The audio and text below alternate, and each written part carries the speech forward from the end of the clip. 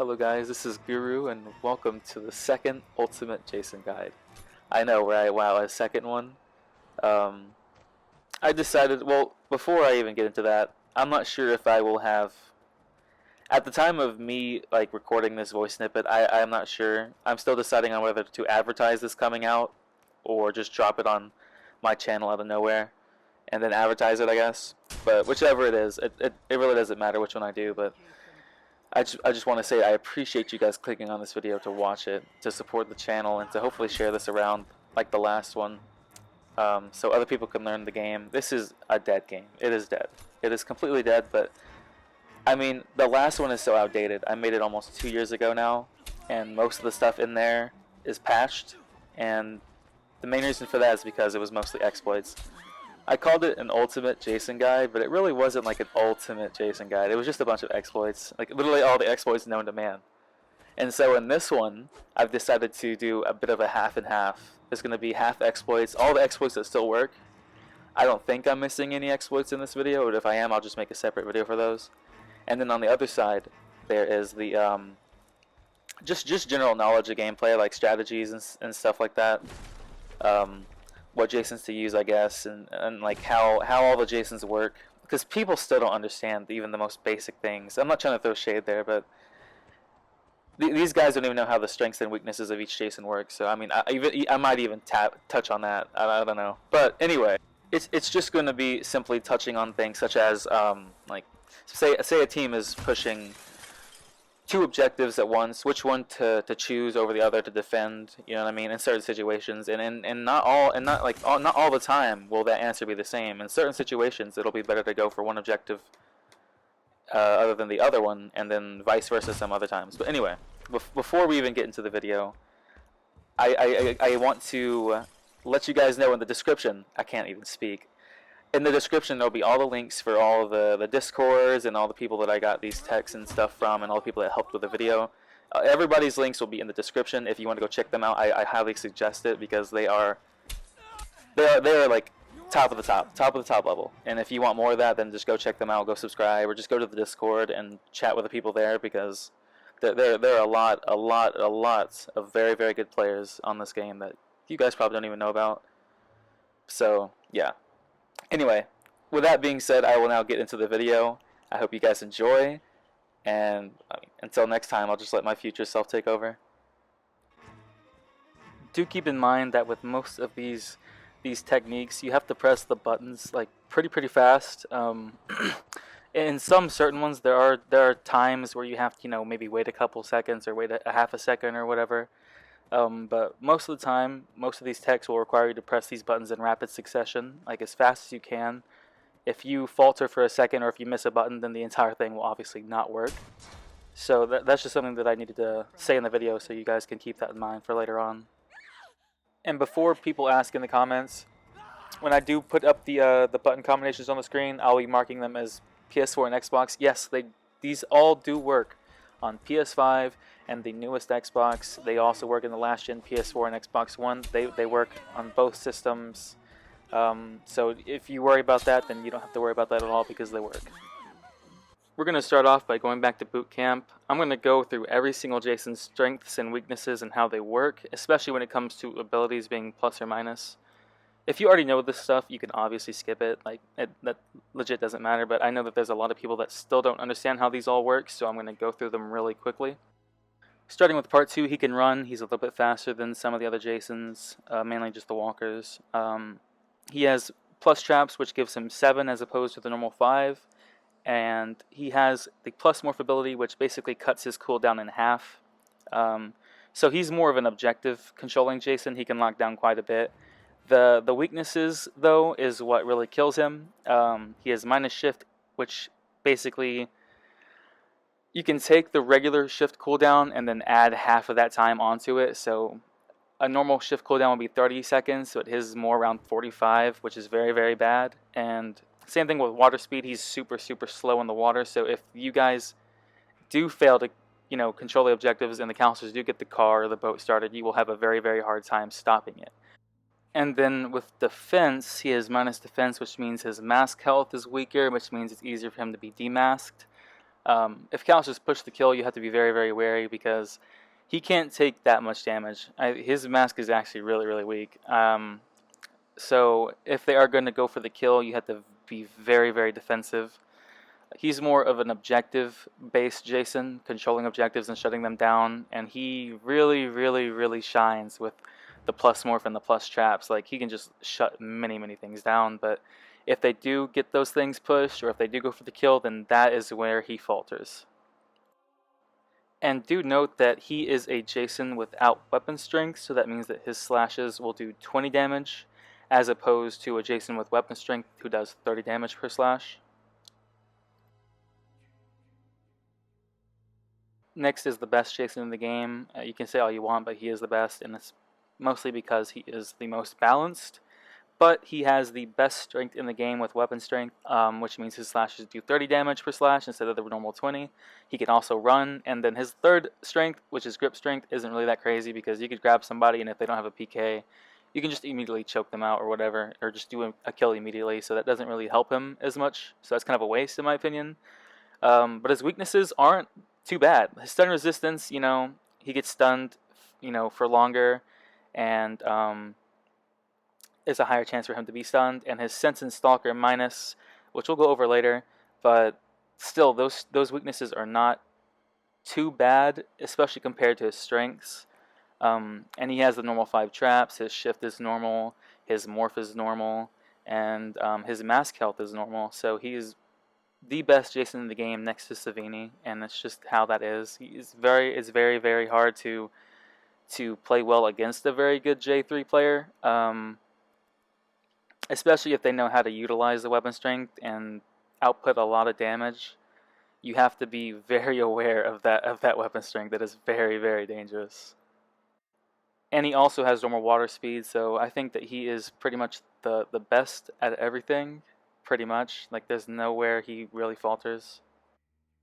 Next is part 4, which is the best at being the worst. I am so sorry. I will give him the benefit of the doubt by saying that he has some of the best strengths in the game. He is some of the best of them. He has... The only thing that he would really be missing is a plus shift. But even though he has those amazing strengths, on the other hand, he has some of the worst weaknesses in the game as well. With minus water speed, minus shift, and minus traps. He is kind of like part 2 in the sense that once objectives get started, he has a hard time stopping them, but adding on top of that, he has a hard time defending those objectives as well because of his 3 traps. So he is more of a go all in and be very aggressive Jason, but he really, really is terrible at objectives and defending them. He's really good at STN. His shift is kind of meh, but you can still make it work with the weapon strength. And for kill matches, he is disgusting. He is disgusting, but then again, so is part 3, so why would you even really use him? I will always stand behind saying that part 4 is the worst in the game. If he's your favorite Jason, I'm sorry. You can still play him. I'm not telling you that you can't. Obviously, that makes no sense, but he is just the worst Jason in the game compared to all the other ones. His strength combo of being able to run and having weapon strength and having destruction means that he can break down doors and walls faster with destruction, and he has 30 damage per slash, and he can run counselors down, especially if they're low stam and low speed. So he's very good at adding pressure, but against good counselors that really won't go anywhere because they are smart enough to stay away from him, and especially early game when he doesn't have shift, you are not going to catch those counselors that are really, really good. And adding those weaknesses, the minus water speed, he'll have trouble stopping a boat if it started. The minus shift, he'll have trouble stopping the car if it started. And the minus traps, which will make it very tough to even defend those objectives in the first place, especially the phone. It's just a very, very bad Jason. He's just not that good at all. Next is, I would say, the third best Jason in the game. His strengths of having morph throwing knives. He starts with 6. Add on the 2 in the shack, that's 8 before the game has even basically started. That is absolutely disgusting. And I put him above part 6 because part 6 is minus morph and he can't run. So part 5 is able to run, and he has plus stalk, which, I guess that's a decent ability. I think that it's more of a wasted spot. but that's just from my point of view. You can still utilize that plus stock very, very well. And then his weaknesses, his minus defense is the one that hurts him the most. His mask is pretty weak, but if you play really good defense, that really won't be a problem. And his grip strength and stun resistance really don't matter. Grip strength is a useless weakness, so that's pretty much a free. That's actually pretty good for him. That's a good spot. That's a free weakness. There's no reason to worry about a grip strength weakness. Same with stun resistance. If you block, you don't have to worry about getting stunned. But he's very good at STN games. He's pretty decent at kill matches. He only has 20 damage per slash because he's not a plus weapon strength Jason, but he can also run. His shift is normal, his morph is normal, his sense is normal, and he has the regular amount of traps. His water speed is normal, so he's almost balanced. He's almost like a baby part 3, but just take away the mask health and the weapon strength, and you have part 5. He can also defend objectives very well. He can cancel animations with throwing knives because he has so many of them. So he's close to balanced. He's close to balanced, and I think he really deserves that number 3 spot if we're going through my tier list, which I guess I can put in the video somewhere. Next is part 6, which I honestly think is a very, very underrated Jason. I don't see really many part 6s, and that's kind of a travesty because he's not that bad. His throwing knives, he's the plus throwing knives like part 5, so he can start out with 8. His minus sense really doesn't hurt him that well because, I mean, you can just flick sense on and off and it works pretty much the same. It doesn't really matter. And his plus shift is amazing.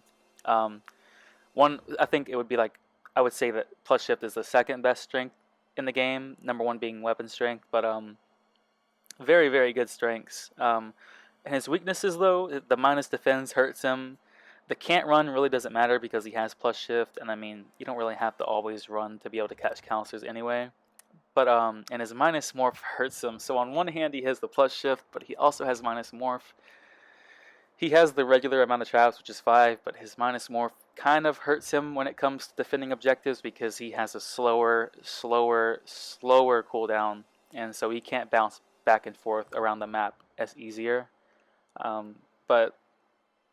So I wouldn't really put him up towards the top. He'd be more like a mid-tier, but he is still really good. Defense isn't really a problem if you can defend yourself well, so it really just comes down to his morph and stopping objectives, so that means that you have to be very, very careful with your morphs. You have to use them smarter, and you have to use them a little bit less than normal. Because, say, you're trying to catch a counselor and you want to morph to get closer to them, and then right when you morph they start pushing the phone, you're kind of fucked. You're kind of fucked because that's a 45-second cooldown on that morph, and that's more than enough time for a good counselor, or maybe even a baby, to repair that phone box and then make the call before you even are able to get morph back to get over there.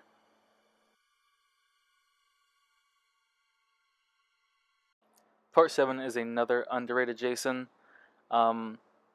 His only bad weakness, I would say, is his minus traps. He has plus sense, which kind of whatever, it doesn't really matter. His water speed is only good in really one situation, and that's stopping the boat. So that's already 2 pretty bad strengths to be taking spots up. But his weapon strength kind of makes up for it because that is the strongest strength in the game. I've said this before and I'll say it again. And so his 30 damage per slash can be very, very nasty. His can't run doesn't really matter that much, but his minus traps, it's really tough. It's really tough because he's not great at defending objectives because of that, but his shift is normal, and his morph is normal, and his stalk is normal, and his mask health is normal, and I mean, just so he's balanced in that regard, but that minus traps just really, really hurts him. He's pretty decent though. If Savini didn't exist, then he'd be the part 3 of walkers, in my opinion. He's sort of balanced, but just like part 5, he has just that one weakness that kind of sets him away from being up near the top. His stun resistance, again, doesn't matter if you block, so that kind of like really negates a weakness there. He's decent at defending the kill. Because of his weapon strength, he's pretty good at that. And then his STN game is also pretty decent. I mean, he has weapon strength and his normal shift, so that's really good there. Defending objectives is really his only weak point. So again, a pretty decent Jason, but again, not at the top. Next is the second worst Jason in the game, and I'm saying this because he really has no pressure at all. Not even with his plus destruction. His water speed's good for stopping the boat. You can utilize his stock in certain situations to maybe get a kill or two. It depends on who you're playing against, the caliber of player. And his destruction is kind of nice, but it doesn't make up for what he lacks, and that's just a base, even the smallest amount of pressure. He has no weapon strength. His shift is normal. I mean, that's fine, but he has pretty decent weaknesses. Like, his weaknesses aren't that bad. Minus sense and minus grip strength don't really matter. His can't run you can get away with. You can go by without, but he has no pressure other than that. Simply because he's just missing a very, very great strength. So like, he's kind of like the opposite of Part 4. Part 4 has really great strengths, but really terrible weaknesses, and this guy has really bad strengths, but really good weaknesses. So I really don't know what else to tell you other than he's just very, very bottom tier. Defending a kill, he's decent at, not really too crazy. Defending objectives, he's pretty good at because of the traps being normal, and his morph being normal, and his shift being normal. But and then STN, he's also, I guess, kind of decent at. He's lacking the weapon strength to be able to burn through those sprays that they're going to be abusing in STN matches, but he also has normal shift, so it'll be on cooldown or off cooldown faster, and that means that you can use it more. But that still doesn't negate the fact that he's just very, very weak. He's lacking something quite a lot.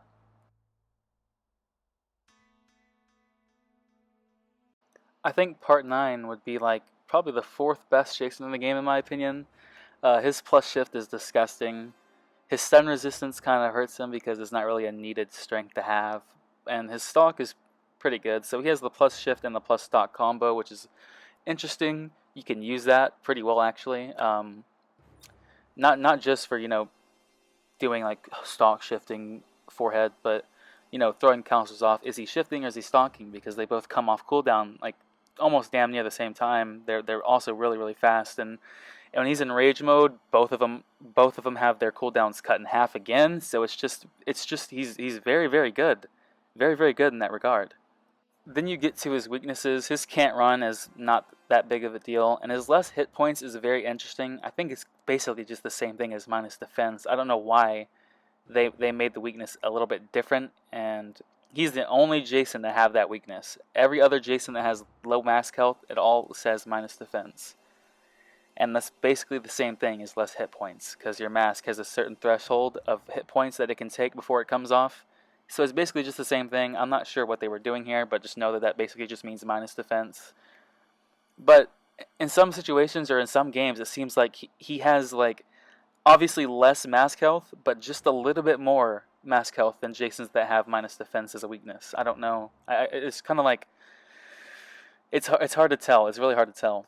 But and his minus traps again, only 3 traps, kind of makes it hard for him to defend objectives. But with that plus shift, especially if you get 2 objectives next to each other, it doesn't even matter. It really doesn't even matter. Add that on with a normal like morph cooldown, and he can kind of defend objectives very well, even with the handicap of 3 traps. But still, it does hurt. It does hurt him quite a bit. He's pretty good at STN actually with his plus shift and plus stonk ability. He does have normal weapon strength, just like Part 8 and Part 6 and Part 5 and Part 2. So he's lacking there with only 20 damage per slash, but he makes up for it, I think, with the shift and the stonk. He can utilize those in an STN game very, very well. Kill match-wise, he kind of lacks because he doesn't have weapon strength and he has less mask health, so it's easier to kill him, I think. But you could also use shift as a way to block and eat damage. Because you don't take damage while you're in shift. You can get hit while you're in shift, but you don't take damage from it. And I'll go over that a little bit later.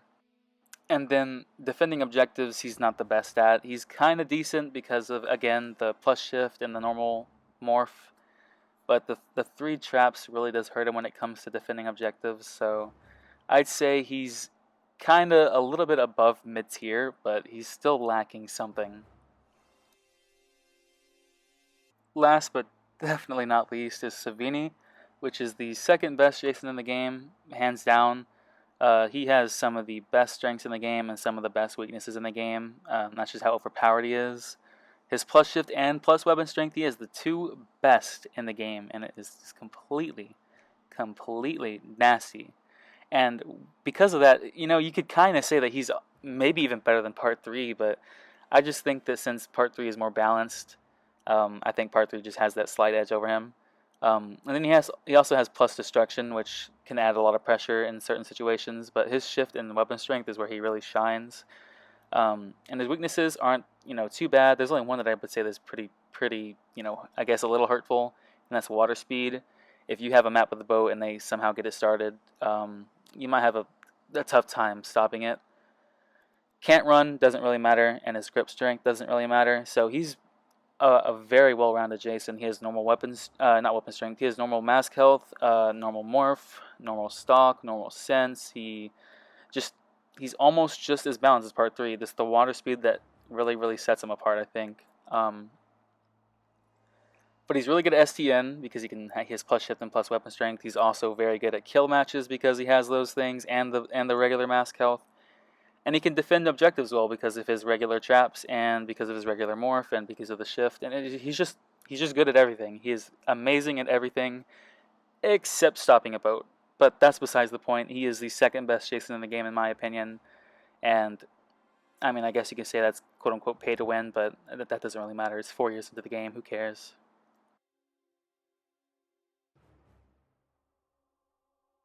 Before we get into abilities, I want you guys to know that going into combat stance while having stalk or sense or shift activated will actually take you out of all of those abilities.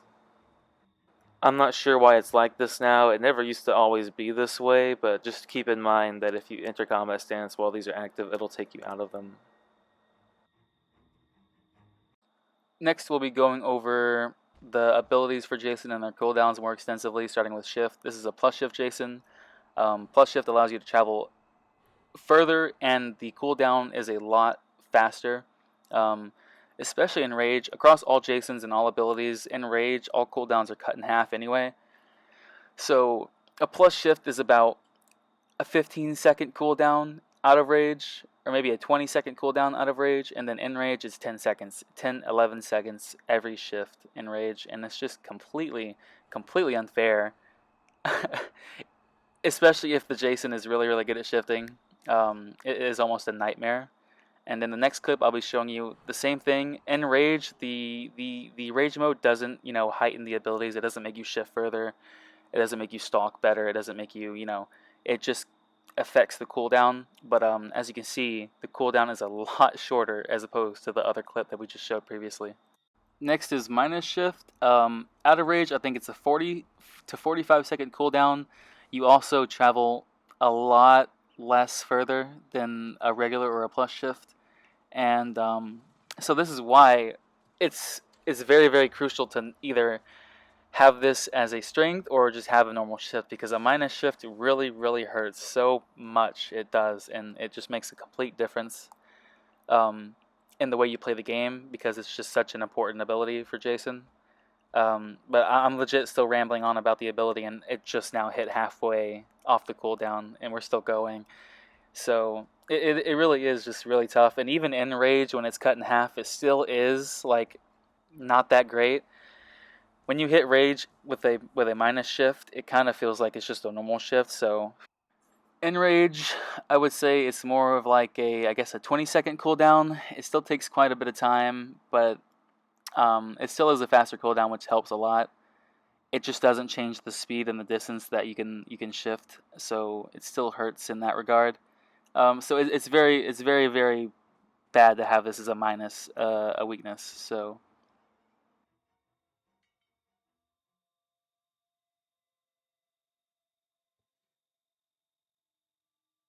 last but not least is the normal shift. It is pretty much in the middle, obviously. The cooldown isn't that bad. It's about 30 seconds out of Rage, and then in Rage is like 15 seconds. So not too bad. And then the speed and the distance that you can travel in the shift is also pretty good. So it doesn't, you can get by with this. You really can. and that's part of the reason why I'm saying that plus shift and normal shift is a must. A minus shift really does hurt that much. I promise you it does. But you know, as you can see here, it finally comes up off a cooldown at around 30 seconds, and then in rage, it's around a 20-second cooldown, which is a very big improvement because every second counts in this game. So a normal shift is pretty decent.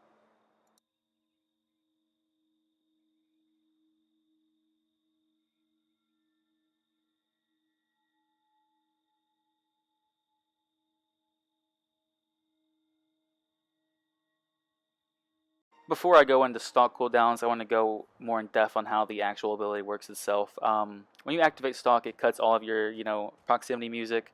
Your footsteps go quiet, and you can hear a lot better because it silences everything around you except the counselors.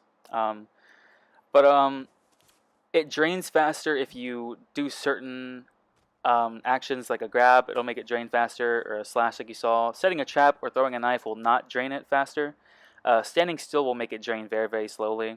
But moving and shifting will make it drain a lot quicker, and so will grabbing and slashing. But for some reason, setting a trap and throwing a knife is the same thing as just standing still. It doesn't deplete it any faster at all.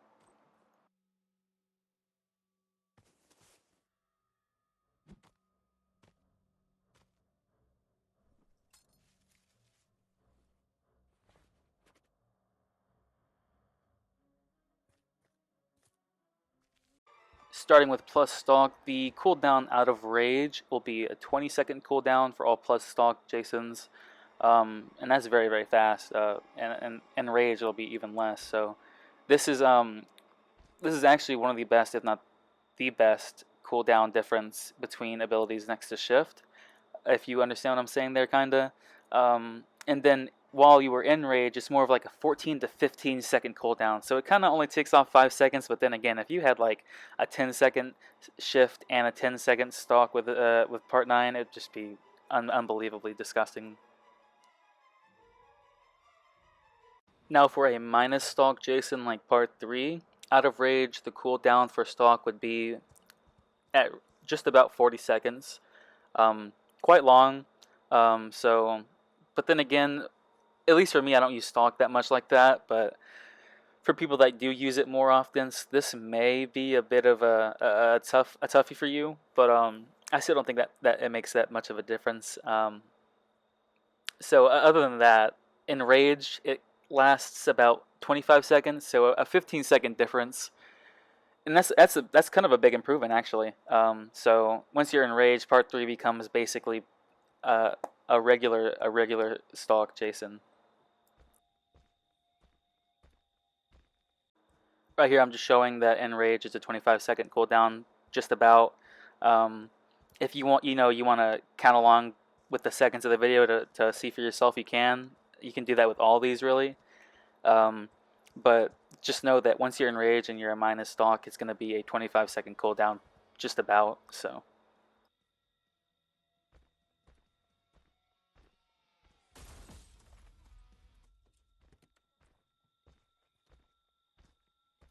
Now for normal stock Jasons, the cooldown outside of rage will be a 30-second cooldown between every stock that you can use. Pretty basic. I think it's like the same as a regular shift Jason and their cooldown, so not too bad. And then once you get into rage, it'll be about a 20-second cooldown, 10-second difference. So not too bad, actually. Not really that bad. It becomes in rage, a normal stock Jason will basically become a plus stock Jason that is out of rage.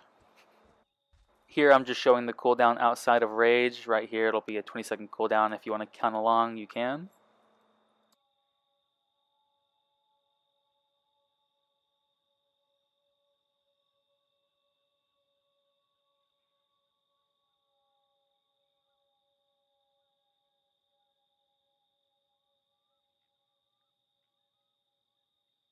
So before we get into sense, I want to go over some things just like I did with stock. When you use your sensibility, you don't have to just leave it on the entire time and let it drain all the way out. If you just turn it on for like a few seconds and then turn it back off, it saves the the majority of the cooldown, as you can see right here in the bottom corner where I'm using Sense. I turn it on and then turn it off, and then it doesn't go all the way down like it does with Stalk.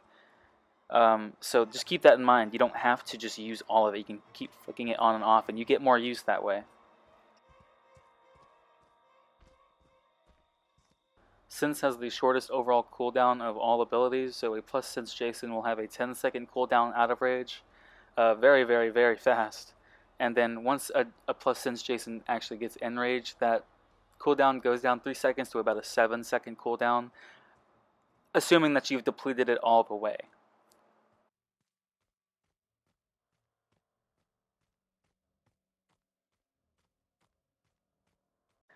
A minus Sense Jason actually has it pretty slow until they get into rage. This is another reason why you shouldn't use it all the way down. You should just flick it on and off. Out of rage, a minus Sense Jason will get a 20-second cooldown if it's depleted all the way. And then in rage, that cooldown goes down to 15 seconds, as you can see in the next clip.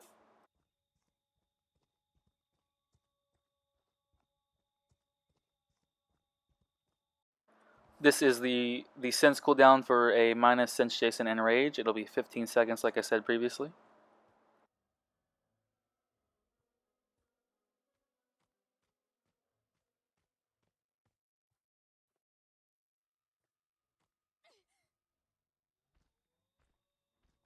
For a normal Sense Jason, the cooldown out of rage will be at 15 seconds.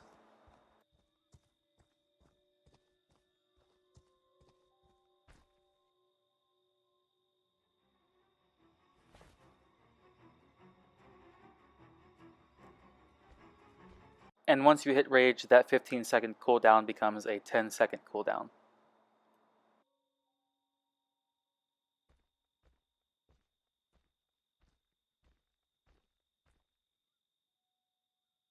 Now with Morph, a plus Morph Jason will have a cooldown of 20 seconds while not in rage, very, very fast. And Morph is the second best and second most important ability in the game, in my opinion. So for a plus Jason to have that out of rage is just insane already.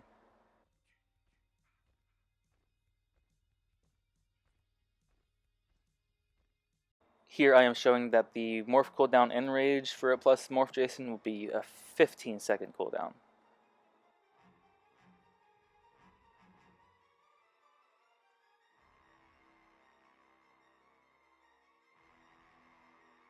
Now for a Jason with minus Morph, their Morph cooldown will be a total of 40 seconds out of rage.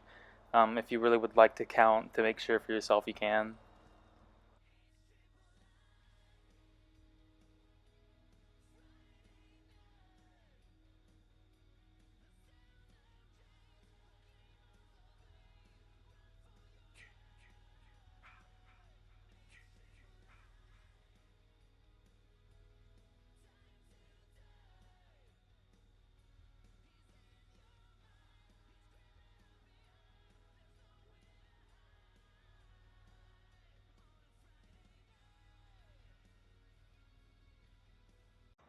And a Jason with minus Morph will have a Morph cooldown of 25 seconds in rage.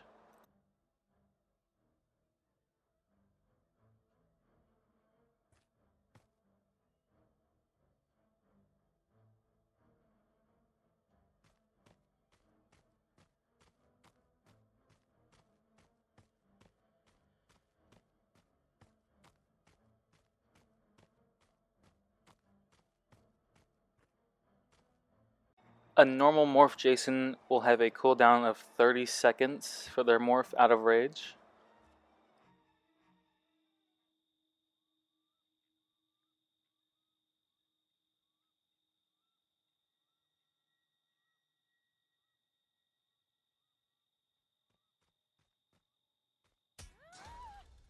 Get up, Jason.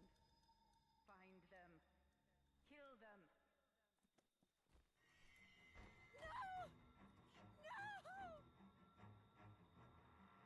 And finally, a normal Morph Jason will have a cooldown of 20 seconds for their Morph in rage.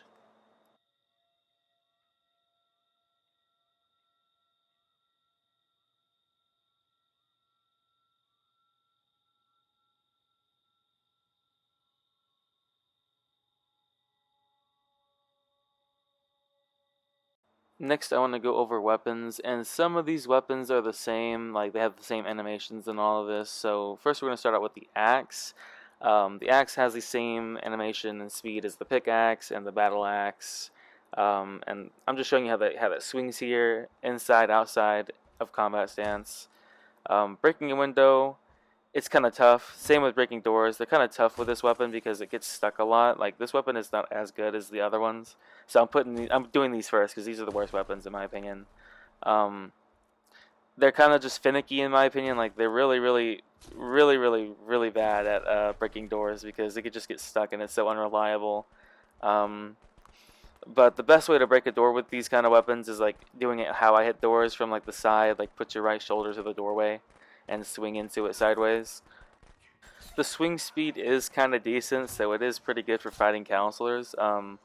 But it's very unreliable when it comes to breaking doors and windows and stuff. And this weapon, when you do like a prompt, like you press R2 to break a door, or X to break a window, or X to break a power box without like affecting it in any way, it's like it has a two-handed, as you see right there. Jason uses two hands to break it, so that's how I classify this weapon pretty much. It's a two-handed weapon. Next, I'm going to be talking about the spear and Savini's trident. These two are pretty much the same with the same animations. It's pretty decent weapon actually. Breaking doors, you can break it with a heavy like I'm doing right here from kind of an angle, so you can rebound off of it and cancel. But you can also do it from the side as well, as I show you right here, and you can also rebound with that as well. And then breaking it like normally is a two-handed animation. And some of these animations for this weapon is two-handed and some are one-handed. It's kind of weird. The fire axe is the same way.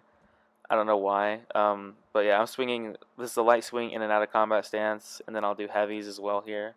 Just showing you the range on the heavy is very far, very far, and it can get stuck sometimes, but most of the time it doesn't.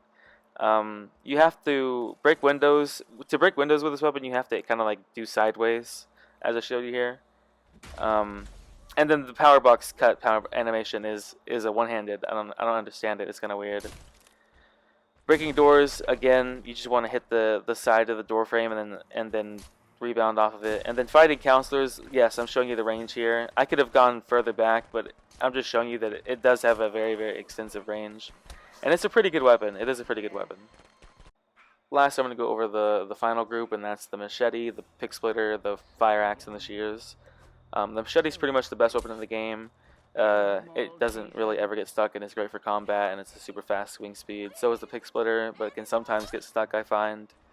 The fire axe is also a pretty good pick, and then the shears are just the worst. Never use the shears. It can get stuck very easily, and sometimes it doesn't even register when you hit windows or doors. It's just bad. Please do not use the shears. Machete is really good. The swing speed is fast, so it's really good when it comes to combat. Here I'm showing you the regular swing outside the combat stance, and then I'll go into combat stance here and show you how a light swing is inside of it. And then I'll also do heavies, and the heavy range is actually pretty decent. It actually has a pretty far reach, I find sometimes, and you can actually get a sneaky hit in with it. It also has the fastest door breaking animation because of the fact that it's just a simple one-handed weapon completely. And it's just a tad bit faster than the other weapon swing animations. See, I'm going to light swing here, and then the heavy swing actually has some decent range, I find. I can get combos in that usually wouldn't work if I would have just light swinged. And when it comes to breaking doors, it's the best in my opinion. It's just so fluid and so smooth. You can break the door from the side like I do here, or you can break it from the front, like facing the actual door, and it just never gets stuck. I just feel like it never ever gets stuck. Like if it gets stuck somehow, sometimes it's just how impossible. It's like voodoo magic. It doesn't work. It just doesn't make sense. So just use the machete. Use the machete. I'm telling you right now, it's so good. It'll help you. Please God, use the machete. The first thing that I would like to go over is knife canceling. I covered this in the last one, but not as extensively as I will in this one. But the base technique is very simple. It is just and I'll leave all the button combinations on the screen if that's easier for you. But the combination is simple. It's just X and then hold L1 at the same time after you press X, and then after the knife is pulled out of the wall or whatever surface it is stuck to, you let go of L1 and then immediately press circle to save the knife that you're holding.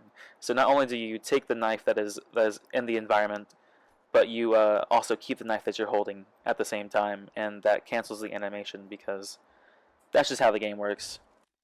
Be careful not to let go of L1 and then press circle before you pull the knife out of the wall as Jason, or this will happen.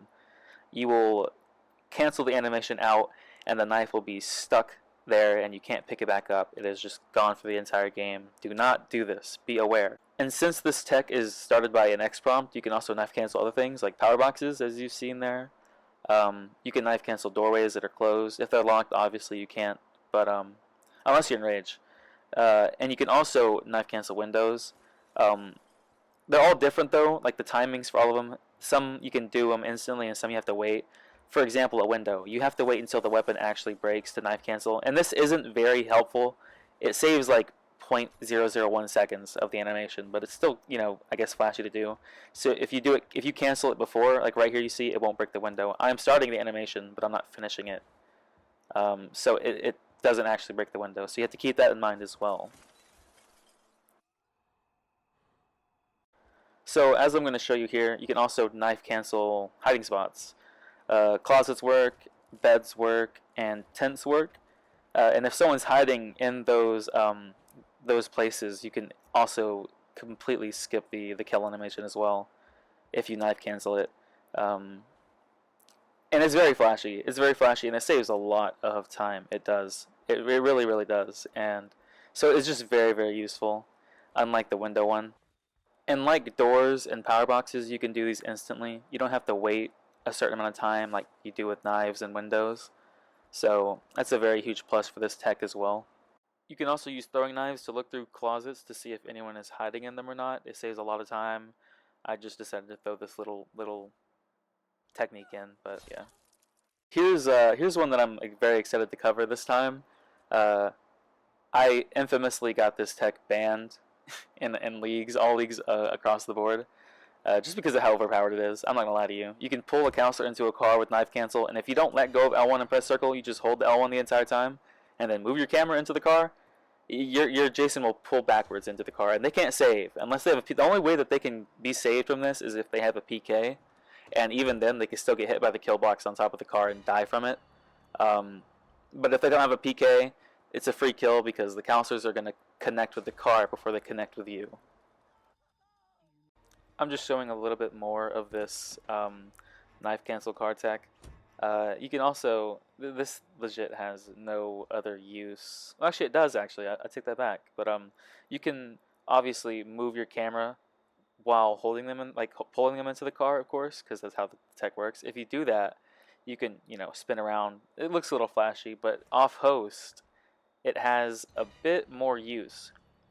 If you pull them out of the car and you do this right here, you just go backwards, they can't swing. The counselors will run towards you and they'll swing and they'll miss. Most of the time they'll swing through. They will swing through you and the counselor actually.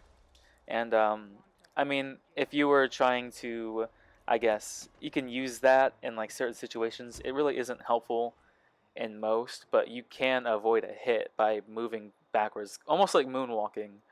You can avoid a hit off host. I'm not sure about it on host. I haven't really tried it there, but it does work off host, and it can be used to avoid a save hit if need be. But you should already have the counselor pulled into the car anyways. Sometimes off host it clips you out of the car. Sometimes when you do it, so this is when that would be applied. That would be very, very helpful because they would just go for the save, and that would just lead to, I guess, free mask damage. So this clip here is just like a demonstration of, I guess I'll call it the moonwalking out of the car knife cancel tech.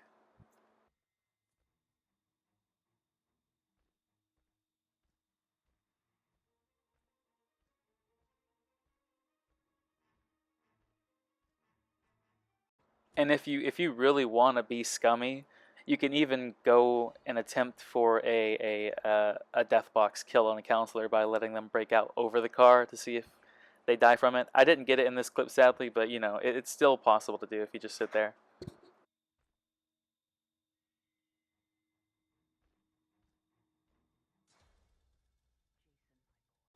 This clip right here is just, I'm off host in this clip. This is just showing you that you can also do it off host as well if you want to. It works both sides. It's universal for Jason.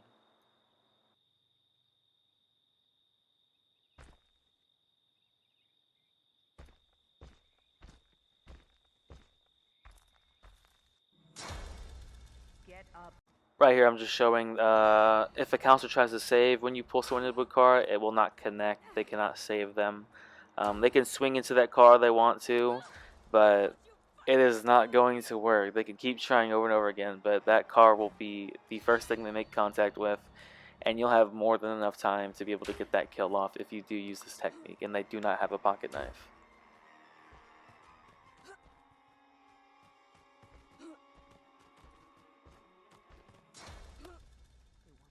I mentioned earlier that you were able to rage through doors knife canceling wise. You can do it here like in this clip I'm showing you.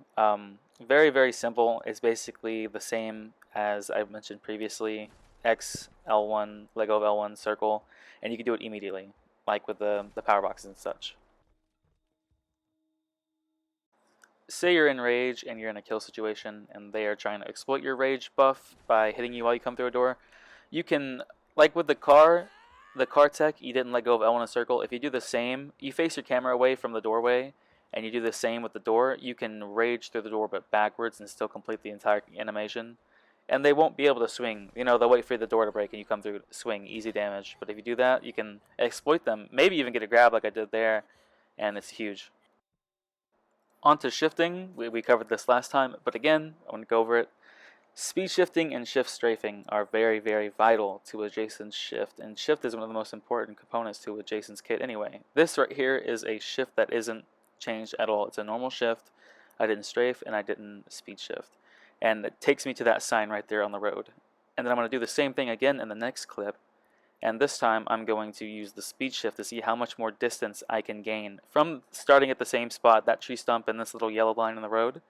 I use the speed shift here, and you can see it actually gives me just a little bit of more distance. So, and that could be a make or break sometimes too. So it is very, very useful. To speed shift, basically all you want to do is start up the shift normally with the R1 and square, and then as soon as the shift starts, you want to let go of R1 and then immediately press and hold it again.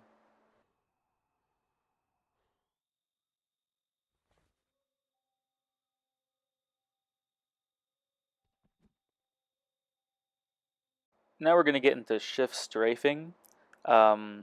This is a shift without strafing at all, and it's very, very hard to control. I still get the grab because this is an offline bot. If I didn't get that grab, I'd need to retire. But that's besides the point. It very, very, very much hurts your shift, and this is me strafing. I get much more control. I can move side to side. I can stay in place if I go backwards, and it's just very, very helpful. And that was an inside shift, so I'm going to do it outside here as well. And it's the same thing. I can completely control it a lot more. It's not as just janky.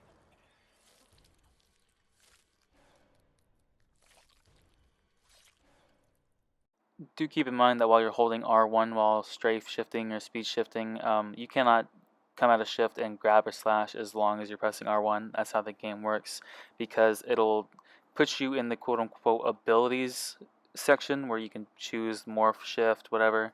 And so that negates you from being able to grab or slash. So if you're coming out of a shift while using these techs, be mindful to let go of R1 before you actually grab or slash, so you just don't, stutter step and look like an idiot. In these next two clips, I'm going to shift in the same house, very close quarters. This one is going to be without strafing. As you can see, it's very hard to control. I don't even know where I'm going half the time. And then in this one, I'm going to be doing a strafe shift in the same house. And as you will see in the clip, it is a lot more fluid. It looks a lot cleaner. It's very, very much easier to control. And it's just super helpful, especially paired with a speed shift. Next, I'm going to go over shift trapping. Very, very simple. Very, very quick. Basically, it's just the quick trap and then the grab. That's basically all it is. And you guys may be wondering, what is the point of this? I've seen this. It was like maybe a month ago now. One Jason played a league match or a kill match. It was some tournament match, and he did that exact tech, but he grabbed somebody, and then the person that was going to save him didn't see the trap get placed because no one has ever done it before. Now, I've never even seen it. and then the counselor that was meant to save stepped in the trap, and then the Jason secured the kill. It was the craziest clip that I've seen in a long time, and I took that immediately and started implementing that into STN matches or kill matches, things that, matches that don't require objectives being completed. So, and it is very, very helpful if you can manage it to land. It is very, very hard though. Very, very hard, because not only do you have to accurately hit the shift, you have to accurately place the trap to where the counselor, wherever the other counselor is that is going to save, is going to be able to step in it. Here's a clip of me landing the shift trap on the counselor. This is like, I guess, a one-on-one, and so we didn't have an extra counselor to film the whole saving part, but say there was a counselor behind them that was trying to save, and I dropped the trap behind me, so they stepped in it. I would guarantee this kill if the counselor that I grabbed did not have a PK.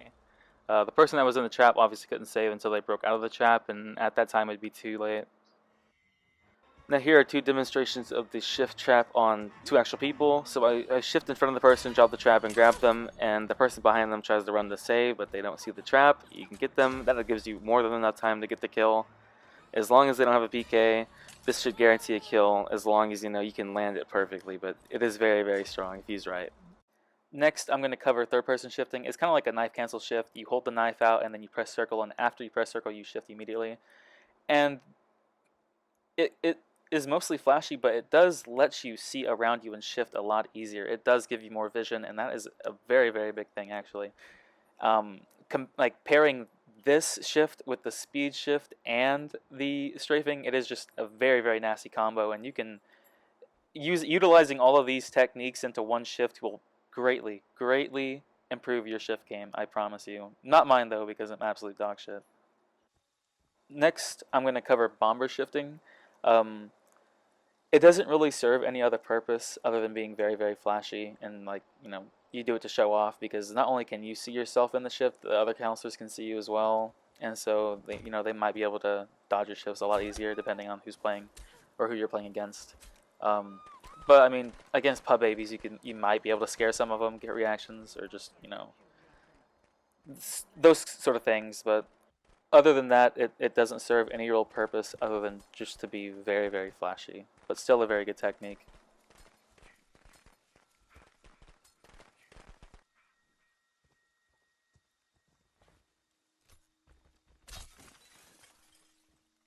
On top of all this, if you third-person shift, like a morph cancel and then a third-person shift into the bomber shift, you can get all of the lethality from the speed shift and the shift strafe and the third-person shift with the novelty of the bomber shift, and put all four into one single shift. The next clips will be me just showing from both sides what the bomber shift looks like. You've already seen it earlier, like 30 seconds ago, how it looks for Jason, but I'll also show how the counselors see it as well in these clips.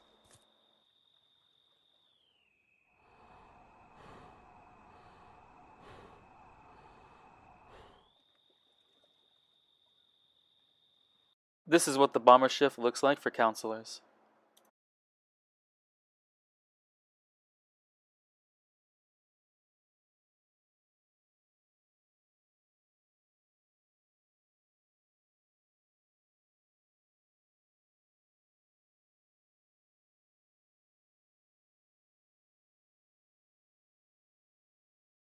Next we'll be going over certain types of shifts. And before we even get into this, I would like for you guys to know that you can use every single second of your shift ability. You don't have to waste it. I see so many people entering shift and then immediately exiting because they're close to the counselor and they think they'll get the grab. It's a waste of a shift. It is a waste. Even if you don't land the shift grab, you can still burn stamina because the counselor has to run to avoid you. So make the most of your shifts, because this is, I'm pretty sure anyone would agree that this is the most important ability for Jason. This is just the most important one. Now, on the other hand, if you go against a really good counselor, they can start to expect a long shift. They can start to get into a rhythm to dodge your shifts. So you can also mix it up a little bit and do what some or most people call a medium shift, where you don't short shift and go in and out immediately, and you don't use every single bit of your shift. You use like half of it. And it doesn't give them enough time really to get into a rhythm of dodging your shift, and it also can throw them off guard. So it is also very, very strong. The first kind of shift is the shift where you sit back and watch the counselor's movement and see where they go, and using that information trying to guess where they're going to go next. It allows you to see them pretty much fully and see what moves they're making, and it'll help you determine where they're going to go next a lot better.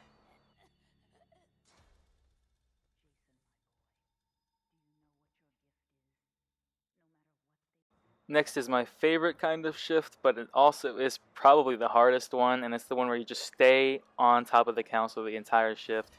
And if done correctly, it is probably the easiest to get the grab off on, because you're right next to them at all times pretty much, but it is very hard to track them like that when you're right up on them the entire time. It is super hard, but it's more like a high risk, high reward shift, and that's probably why it's my favorite in the first place. Next is the wedge shift. This one's similar to the one we did cover first, where you just sit back and watch them move. But this time you're using this shift strafe ability to wedge yourself into like a wall or like the car, or literally anything in the environment, and watching the counselor move, and then going in to make the grab at literally any time you really want to. And last is the stalk shift. I'm not saying sniper shifting. That is a yikes, but if you use shift and you're like next to the counselor and then you flick on stalk as well, sometimes it could throw them off and make them think that you're out of shift because the static pops up even in shift when you use stalk. And so that could maybe lead to a free grab as well. It's very, very helpful. It won't work all the time because some counselors may expect it, but you can easily catch someone off guard with it. Before we get into this next tip, I just want to show you how I see a lot of people be throwing knives in pub lobbies. Like, look at this. I pull the knife out and just try to track the counselor. Don't do this. This is so bad, you'll never hit your knives. I'm going to show you right here how to pre-aim knives. This is something that you really want to implement into your gameplay. You don't want to be standing there trying to aim the knife and throw it at somebody. You just want to let go of it as soon as possible. And to do that, you have to aim Jason's right shoulder, like the edge of it, to the back of the counselor. If you line that up correctly and you just press the L1 button or the LB button if you're on Xbox, it should, just let a knife fly. Do note though that if you have higher ping, the knives will be more delayed because that's just how the game works. Off host is just really, really bad. Some of you guys may have seen me do these in some gameplays, but if you get really good with your camera sensitivity and you get really good with just the whole knives in general, you can flick knives like I do here. I'm flicking them into the counselor. I'm not pre-aiming. I'm nowhere near them with the whole pre-aim thing, but I'm flicking them and I'm throwing them by moving my camera. And it's very hard to do. You have to be really good to do it. But if you just want to know how to do that, you can practice it if you'd like.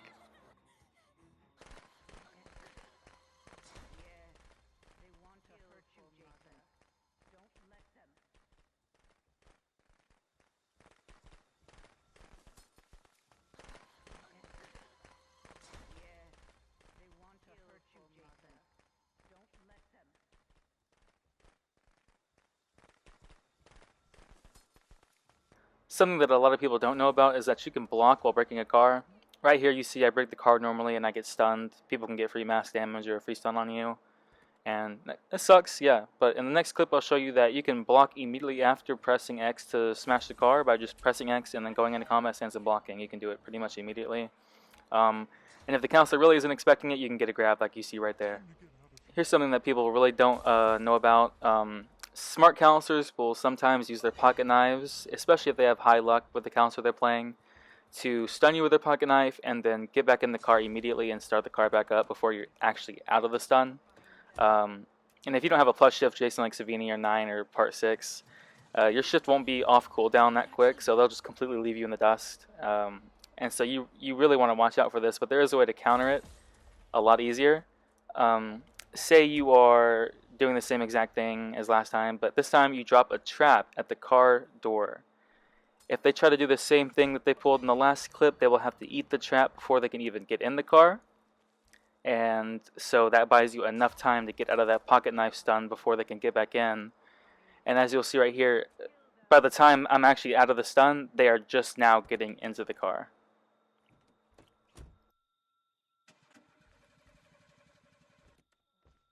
Next, I'm going to show you quick trapping. I think I got the combination wrong in the last video, which is my mistake. I'm sorry about that. But basically, it's just down, down. So you're pressing down once on the D-pad to place a trap and then down again quickly after that. Not sure what that does in context of the game's code, but it allows you to, after pressing down on the D-pad the second time, you can put an input in, like a grab or a slash or break a power box or pull someone out of the car, and it cancels the trap animation, and it also allows you to put the traps down faster. And so this is very, very helpful in various situations in the game.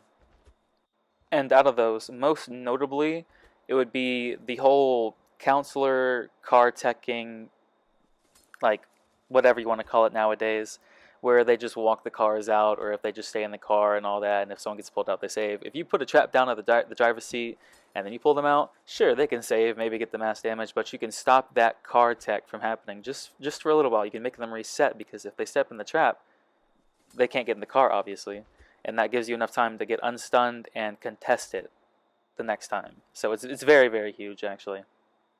This next tech isn't, super, super crazy, but it is very, very helpful. Double trapping, I usually, do it on the phone or the Tommy power box, but you can use it at the car. It's a very, very different for the car, but if you push yourself up facing forward to the phone box, and then you back up until the trap icon lights up, you can place the first trap very, very close to the edge of the phone.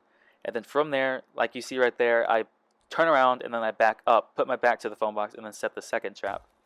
And I'm going to show it again here. I'm backing up until the trap icon lights up, and then I place the first one, and then I turn around and I put my back to the phone box as much as I can, and then I drop the second trap, and they are so close together that the counselor, if they try to repair the phone box, they will have to get through both traps to be able to even begin repairing, and I'll show you that as well in the next clip coming up. Here's the way to quick trap the phone. You can also do this to the Tommy box or the car door as well. It's hard though, kind of, because you have to estimate how far you need to be away from the box. But I do it correctly here, and it's not too far away from the box, but it's not very close. The traps have to be spread out just enough, and that's what it will look like.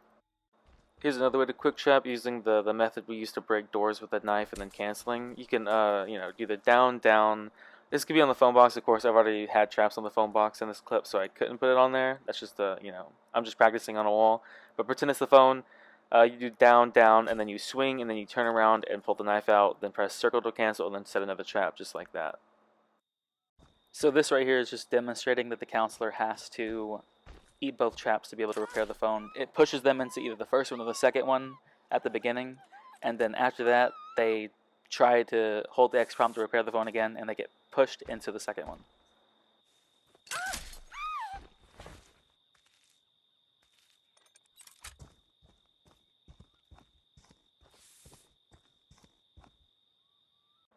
Right here, I'm going to show you how to triple trap. I use the knife aiming technique here. You'll see it. I let the first trap icon light up, and I place it, and I swing, and then I aim the knife, and then I put one to the left-ish of the first trap, and then I put the other one to the right. So it's kind of like a pyramid shape. And if you do this correctly, they have to eat all three traps before they could even have a chance to start doing the phone repair animation. And I want to show you right here. They tried to, repair it, and it pushed them into the first trap, and then it pushed them into the second back trap. And you can already tell that if they try it again, they're going to be pushed into the front one as well. This is something that I wanted to go more in depth in. Say they ate all the traps at your phone, but you're able to put another one down somehow. You double trap the phone, and you're still able to put one down. But you're not able to tell which one is which. You see the trap icons have been tripped. You can see they're all filled in. How do you know if the other one is PK'd maybe? Or maybe you didn't hear the trap go off and they're repairing the phone. You never know. Well, there is a way to know, actually. Looking at the icon, you can see that if you set one down in the middle of nowhere and it gets tripped, it'll be full red. But if there's multiple ones near each other, then they will be covering each other up for the most part. But as you can see in the top left, or like just the very top of this diamond shape near the phone where the trap is, you can see that there's just a little sliver at the very top of white and no red. And that is the second trap, the one that's closer to the phone. If that one is not filled in all the way like that, then it has not been tripped. If it has, then you obviously know that it has been, and then you can go from there. This part is going to be dedicated to me going more in depth about what I just talked about previously. I'm going to show you the difference between a trap that has been placed that hasn't been tripped, which you'll see here, and then a trap that has been placed and has been tripped, which will be filled in red. So as you see here, not the ones on the phone, but the traps below the phone box. The first one on the left side just got tripped and it turned to red, and then the one on the right is untripped. The outline is red, and then you'll see it trip as well in a few seconds here. And then that one is switched too. You can also watch and see them go from set to tripped on the map as well. Next, we're going to go over the double tap. Unfortunately, this was one of my favorite techs, but it got patched. Except for one side. You can still do it as Jason off host. You can't do it as a counselor period anymore, and you can't do it on host as Jason. So it's an off host Jason only thing, but it is still strong. Basically, you're just saving the overhead swing after you click back out of combat stance to do the light swing. The game saves that input, so the next time you do enter combat stance, it automatically makes you do it because the game has put it in queue, and so when combat stance gets activated again, it sends it through and it makes you overhead swing immediately. I'll leave the button combination on the screen, but I'll try to do my best to explain it real quick. So basically what you want to do is you want to enter combat stance by pressing R3 or the right stick if you're on Xbox, and then running with L3 or the left stick, and then immediately pressing and holding R2. And if you let go of R2 at all during this before you actually go back into combat stance, then it won't work. You have to hold R2 until you go back into combat stance the second time. So after you press and hold R2, it'll make you do the light swing, and then after you connect and that swing goes through, you want to press combat stance again with the right stick or R3, and then it'll make you overhead swing, and that will be the double tap. And from there, you can rinse and repeat the technique how you see fit. You can break all the doors you can as fast as you want to. Yeah, and it's just very helpful. It is a very, very, very great tech, but it is very unfortunate that it had to get patched. And I wanted to clarify something really quick. Earlier I said, when I was explaining the button combination, I said you'd run with L3. You're not actually running.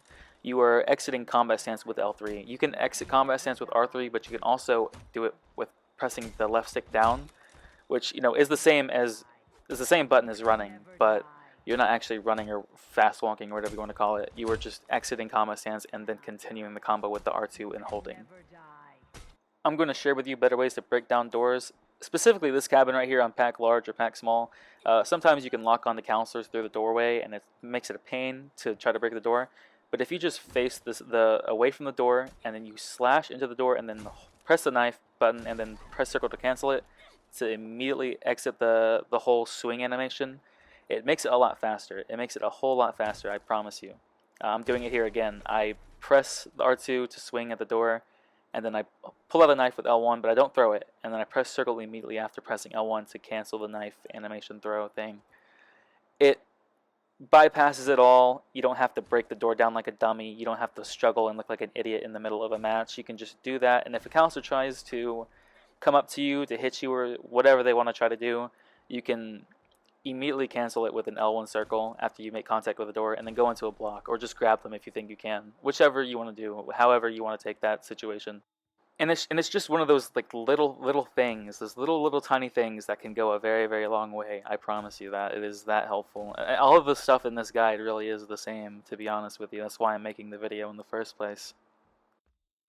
Next, I'm going to talk about rebounding. Huge. This is another huge thing. As you see, I broke the window there, and I couldn't move. I was locked in place until I was done with the swing animation, but then I'm going to do the same thing here, and instead, after I make contact with the window, I block with R1. I don't even hold it. I just tap it, and then I run with L3. So once you make contact with any surface, it has to be an environmental surface. If you hit a counselor that isn't blocking, or you hit a doorway, if you hit a door that's like that doesn't connect to the doorway, it's a flush hit.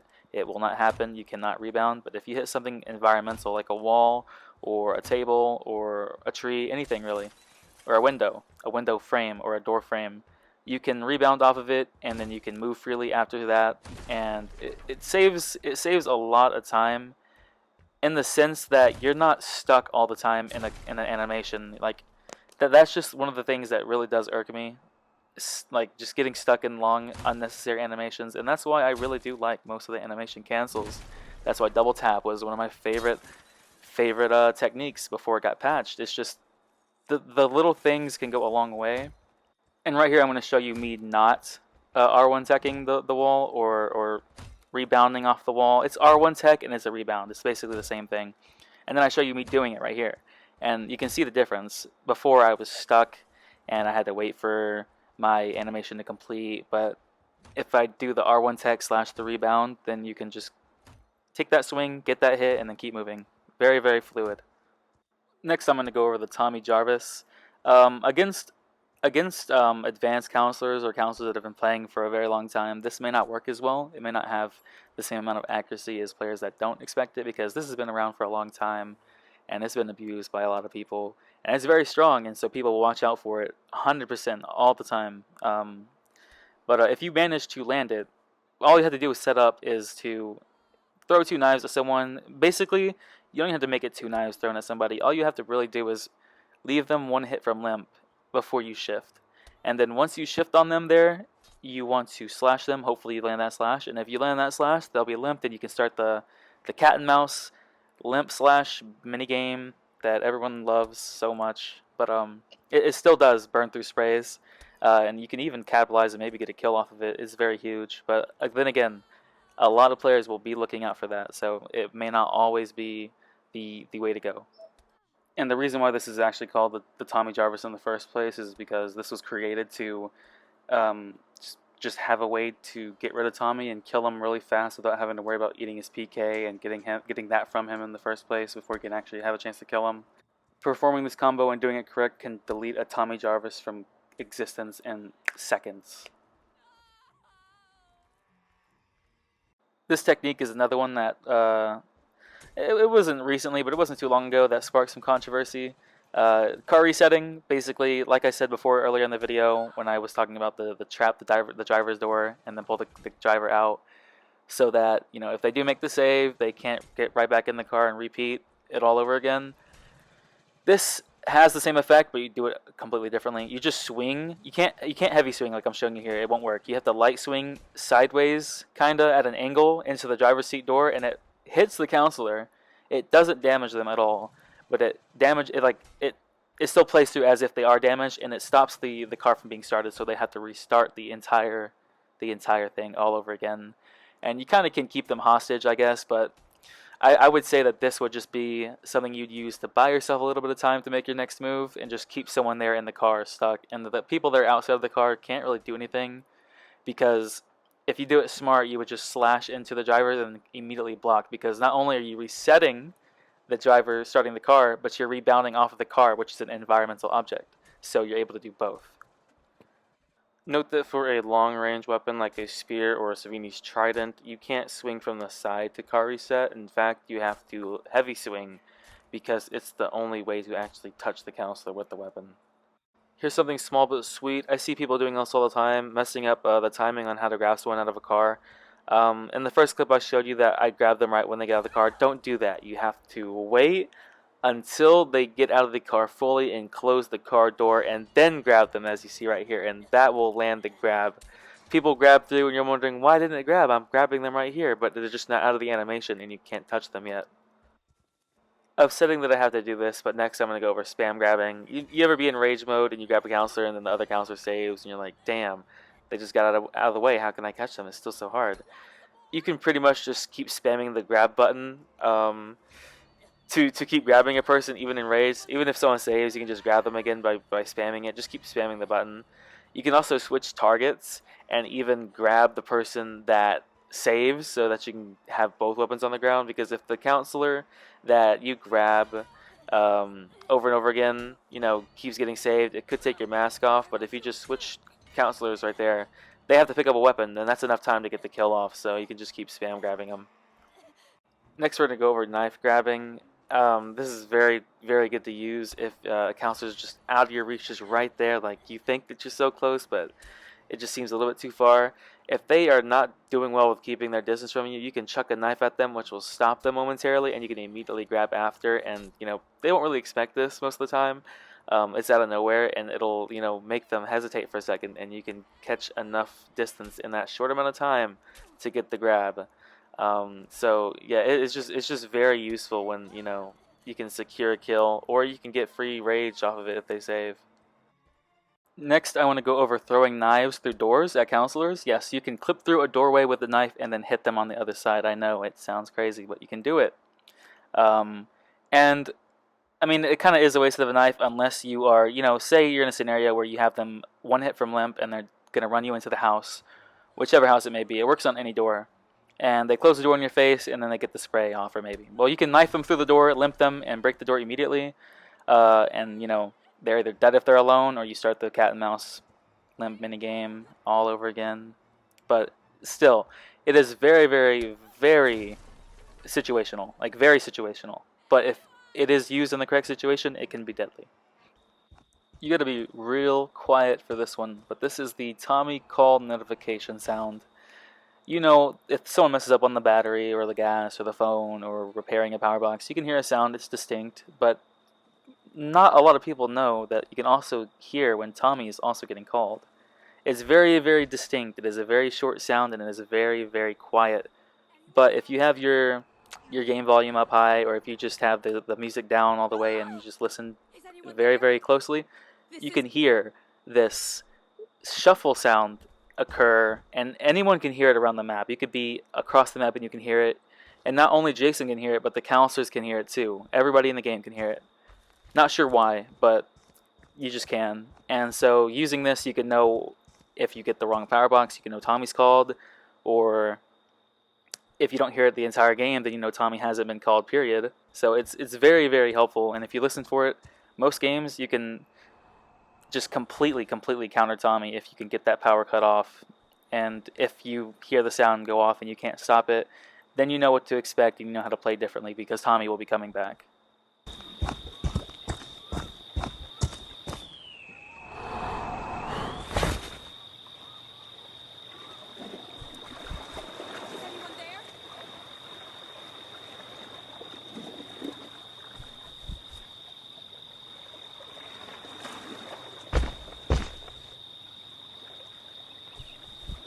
Anyone out there? You... Is anyone there? This is...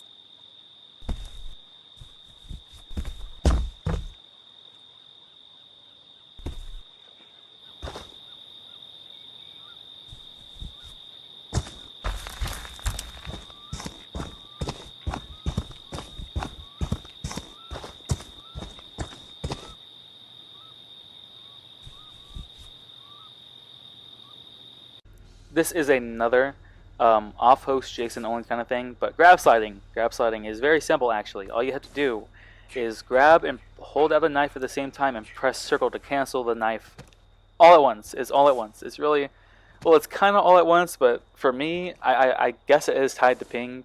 Well, obviously it is, but for my ping, what I usually get is like I press one after the other, but very, very fast, almost as if I am pressing them all at the same time. It's just rapid, one after the other, one button after the other. But if you do it wrong, all you really have to do is, if you get stuck, say you do it right, you think you do it right, but then you can't move, it's fine. That happens sometimes. All you have to do is wait for the whole grab animation to end, let go of the knife by pressing circle, and then try it again. And sometimes you'll just either grab without pulling the knife out at all, or sometimes you'll pull the knife out at all and won't grab, and that also happens obviously sometimes. But as you can see, if you do it right, it'll look the exact same in the video. It'll be like a regular like weapon swing slide, but you're grabbing instead. Next, we're going to talk all about Morph Displacement. This one is a it's interesting, but it's like a bit of an umbrella term in my opinion, because there's so much that fits under it in general. First off, though, we're going to talk about being in two places at once, whether that be to break a door down or open a door or grab a knife or cut a power box. As I'm showing you in these clips here, I'm doing exactly that. This time I'm going to do the power box here. And the combination is very simple. It really is just open up Morph with R1 and circle, and then press X to morph, and after you press X, you want to press R1 circle, and then X, or whatever button that is at the end, depending on what you're trying to do. But most of the time, it's going to be an X prompt. You press X to grab a knife, or you press X to break a window or a power box, or to open a door. So it would be R1 circle to morph, X, R1 circle, X, Or if you're trying to break a door, it would be R1 circle circle R2 and hold.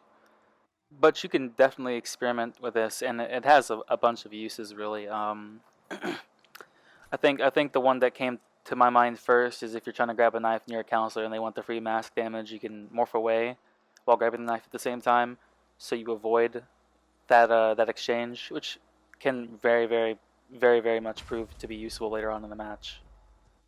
Here I'm showing you that with Morph Displacement, you can even drop a trap and morph away at the same time. It's the same button combo, but instead of pressing X or R2, you're pressing down on the D-pad.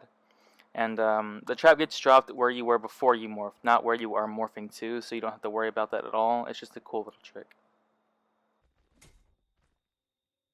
Now we're going to talk about one of my favorite techs of all time, using Morph Displacement to get on the Packanack roof. This works on host and off host for both pack large and pack small. This is pack small, but I will show you me doing it on pack large after this. It's basically the same thing, but it's you use the R1 circle circle X to break the window. But with this one, you don't want to press X immediately to break the window, or it won't work. So I'm gonna play this back here real quick, but I'm gonna show you that instead of pressing it immediately, you want to kind of wait like half a second ish. Like, you want to wait until you know you're about to like actually morph away. Like when you first morph, Jason does like this little stutter step, like bounce up and down or whatever you want to call that. And then like after that, maybe like less than a second after that, he morphs away actually. You want to do it before he's about to actually leave, and then press X to finish it. And then it'll push you against the wall right here, where I'm going to show you right now. And then from there you can walk up towards the roof, and then if you want to land like a cool little shift grab off somebody to make a clip, or there's just or it could just be like a fun party trick, I guess you want to call it. But still, it's a very fun tech, and it was super helpful back in the day when counselors were able to get back on the roof too. But since all that's been patched out, it doesn't really have much use. But it's still fun to do. This is me very quickly showing that you can do it on pack large as well. And for very quick clarification, the reason why you want to wait before pressing X is because if you just press X immediately, it'll break the window, and then it'll just morph you away as like a normal morph displacement. But if you wait a couple of seconds, the game will try to make you break the window, but since it can't clip you through a wall like that, it'll put you as close to the window as possible, and that just happens to be on an edge of the main house where you can actually stand on. Next we'll do probably the most annoying exploit for at least counselors to have to deal with, and that's static spam. Sheesh. I don't know how I feel about putting this out here, but then again, you can find that shit anywhere. Basically, all it is you're morph canceling, and then it's kind of like a mix between ghosting and morph canceling.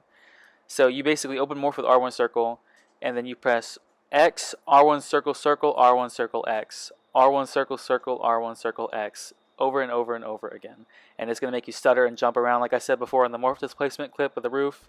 It makes you bounce up and down, does that little stutter step or whatever, over and over again though. And for you, it's just going to look like this, but I'll also show you what it looks like for the counselors in the next clip, and it'll be just static, static, static, static. This is what the static spam looks like for the counselors.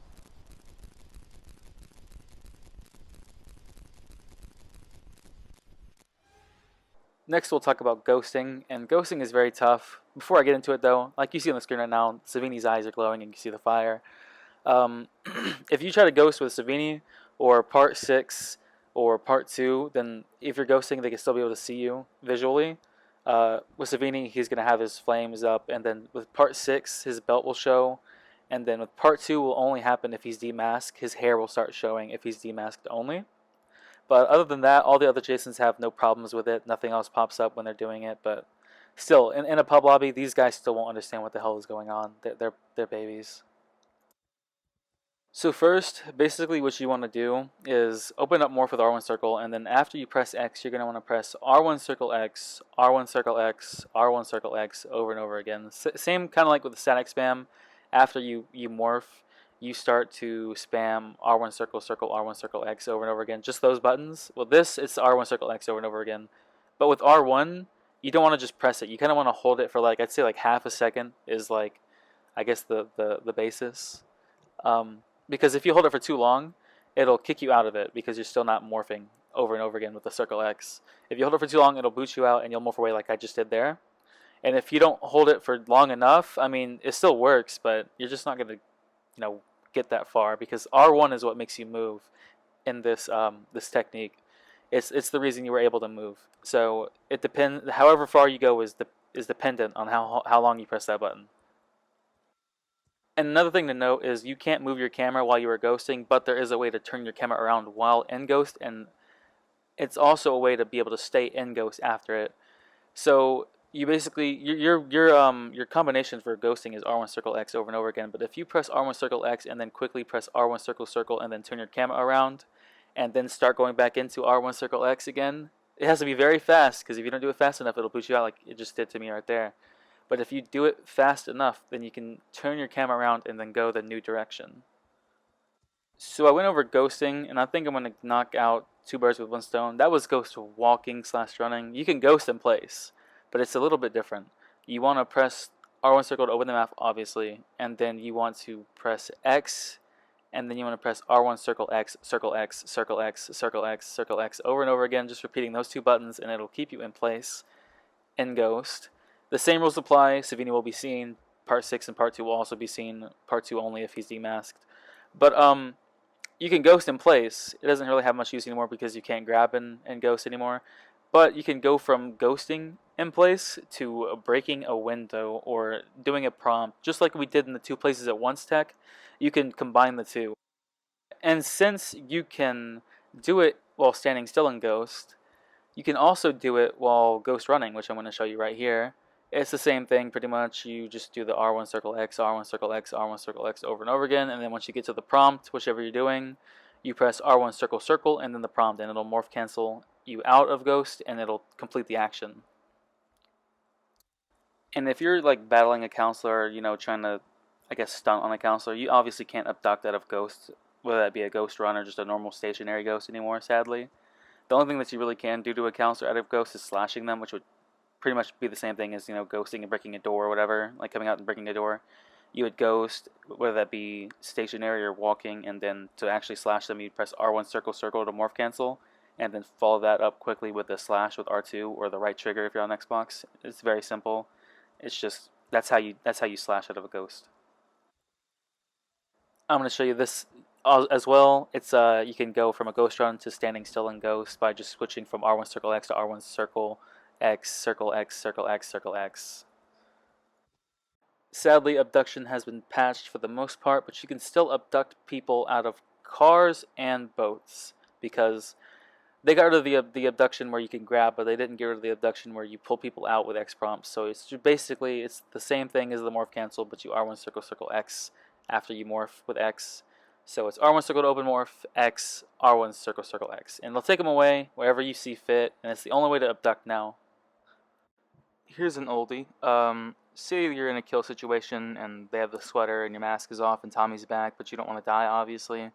If you start ghosting towards the sweater girl and hopefully they're spamming triangle to use the sweater, and you press R1 circle circle to morph away, it activates the morph cancel, first of all, and that allows you to quote-unquote reappear on the map for just a split second, and that allows the sweater to be popped if they are spamming triangle. If you do this correctly, you will morph away from literally everybody in the map, and you can spam your way out of the sweater all alone by yourself because you're morphing away in ghost as they pop the sweater. And it's just something that they really don't even expect anymore. I don't even think many people do expect it, and I know that a lot of people don't even know about it in the first place. So this can be a very, very strong exploit if used correctly. For this part of the video, I wanted to dedicate it to something that when I started thinking about making this guide, I was like, maybe I should do this. But then I quickly realized how crazy it sounded. But somehow, someway, I decided to do it anyway, and I got it done. I'm going to go through every single knife location on every single map in the entire game, and I'm also going to explain where certain knives will be in certain cabins, because every cabin has they're like, let's say maybe 10 or 11, maybe 12 different types of cabins, and each cabin type has their own like knife spots. They all have knives, and if that house will have a knife, sometimes the houses don't have knives, obviously, but if they do, then they will always be in the same spot when it comes to cabins. And usually the big ones, like the big cabins with 2 doors, front and the back, have like knives in the back of the house, like outside of it, around the back or or wherever that may be. And then in some houses they don't spawn knives at all. I think there's like one variation of house that doesn't spawn a knife no matter what, but I could be wrong. But I'm gonna start with Pack Large because that map has like 40 plus. I'm pushing 50, which is a crazy absurd amount. But we're just gonna get started and we're gonna roll through these, and you can use these for reference points in the games that you play. Maybe this will help you learn the maps better and where to pick up knives and where to go. Maybe where to push counters in certain areas so you can collect more. But this is a very, very, very tough part of the guide. It took a lot of time trying to just make everything right. So I hope you guys enjoy. So obviously to start off, you get 2 in your shack. That's based with every map in the game. Starting with the main house area near the car and the phone spawn, there's one on this pole right here you can pick up. It'll always be here. That never changes. And I think that every knife at this spot never changes. They're always here, no matter what variant of the map it is. There's one on the back of the main house right here. And then if you keep going, behind you there's another one on the other pole, the other light pole, and you can pick that one up. And that's already 3 right there. That's 3 right there, and like within feet of each other. And then if you go past the main house towards the water, you can find another one on a tree. It's one that I don't think many people know about because it's just so hidden, kinda. Like it's just a random tree in the middle of nowhere-ish. So, but there is one here always. And the same with the lighthouse, or not the lighthouse, but the lifeguard tower down here. There's gonna be a knife here always, no matter what variant it is. And then up towards the main house where the porch is, there's going to be one there, but we're going to grab this one here. There's another one right here, and it's always here as well. Like I said, every single knife that I'm about to show you in this clip is going to be the same. It'll always be there. There's one on this pole right here. There's one in that death cabin up there. Not in it, but like around it, like on the edge of it.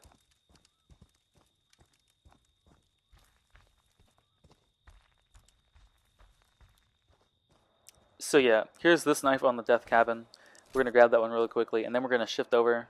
And there's one on this porch like I was talking about right here, and it'll always be here too. All the knives that I've just shown you will always spawn on this map no matter what. Heading to Hodders, there's always 2 knives at this house right here. There's 2 spots outside. There's one right there, and then I thought that there would be another one right here. I checked on that one, but there wasn't. It's inside. So this one always spawns right here inside pretty much. And then on the outside it's either on either side of the back of the house. And then if you shift over here right next to the house, there's another one on another pole. And you can grab that one. Moving on towards like the main road and south, there's always one on either side of the main road. There's one there, and if you go down towards this trail, towards the other side, there's another one on another light post. And then further down where the boat can spawn, there's another one next to the right of the dock. It'll always be there as well.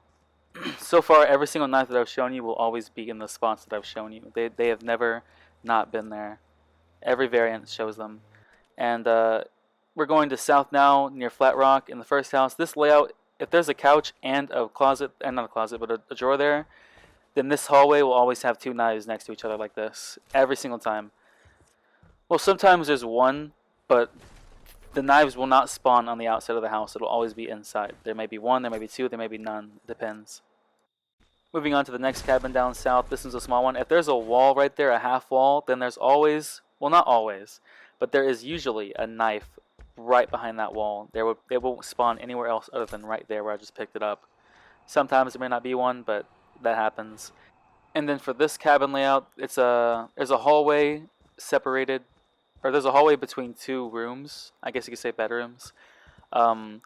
There usually is a knife where I just shifted, but there wasn't one this time, which is weird. I guess it's just the layout, the variant of the map. And there's one right here where the hallway actually begins. Like it could be on this side, or in another variant, it could be on that side. But this one's the green variant, and the brown one is the one where it is on the other side of the wall. Like I said, on the other side of the main road, there's another knife on another post. And then we're going to be heading towards Palmer's here. In this house, there's always a knife on the back, usually around here. It'll always be there. Or it could be on that very to the left of this door right here. It could be to the left of that on that corner of the house. And then I think sometimes there's one in here, but this time there wasn't. The other one might actually be on the other side of the house here. Yeah, okay, so both were outside this time from opposite ends of each other. For the next variant, it is more of like I guess a big room separated by an L-shaped hallway. And that one, I just picked up the knife right there. It'll always be in the corner there, or like on the edge there. And then the other one will be in the back of the house here in Palmer's Pass. And then if we keep going, there's another one right down the road on a tree that you can pick up. And that will always be there as well. Now we're going towards the rest of the main strip. We're going to start with the would-be god cabin. The knife can be here sometimes, or it can be towards my right where that little box is, and then the other one can be right here as well. I don't think it'll ever be inside on this cabin. I think it's only outside. And then for this one, there's one right here, or it could be on the other side of the front where I'm gonna, yeah, to the left of that doorway. It could be there too. And then with these cabins, there's usually one right there, but with this layout, I guess not really. The other one should have been there, but I guess it's just this variant once again. And then shifting towards the house before Woodbury, like I said, this is what I was talking about on the last cabin. It could have been on the other side. It is on that side. I'm showing you right there. Yeah, that's where it could be on the other house too, but for this one it's right there. And then this is another room with an L-shaped hallway kind of ish cabin, and there's going to be one on that corner right there once again, always. We are almost done. We're hitting Woodbury now. Before we enter Woodbury, that little loop-de-loop circle shape, there's one on this post before we enter. And then the rest are at the houses. There's one more over here by the boat dock where it could spawn the boat. It'll always be here too. And the last one that I just showed you will always be there as well. Those are just static spawns for knives. This map has a bunch of them. For this house, there's going to be one on the front. I'm pretty sure that's how it is all the time. And there's one in the very back. Before you go to the back door, yeah, right there, and that'll always be there as well. It should have been like that for the last one, but I think it was just the variant. On the top cabin, or the bottom cabin, there's one in the back of the house, always. I think it could be on either side of the back.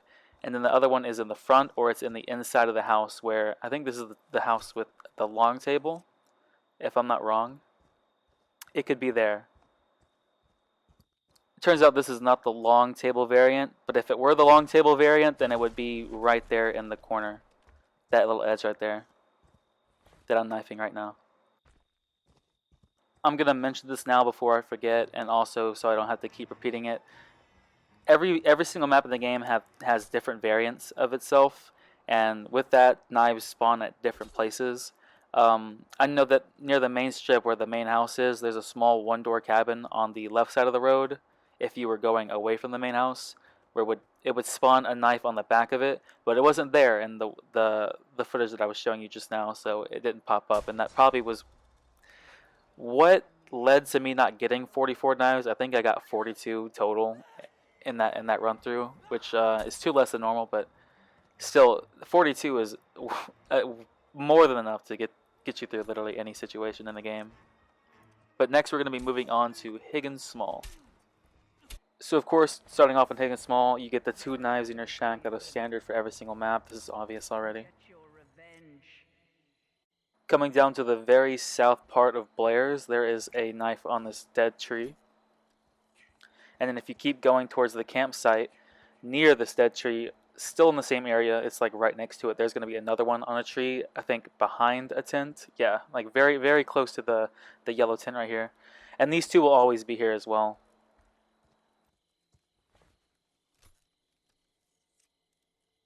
Moving up Blair's, we have this first house, and this usually has a knife at the very, very back of the cabin.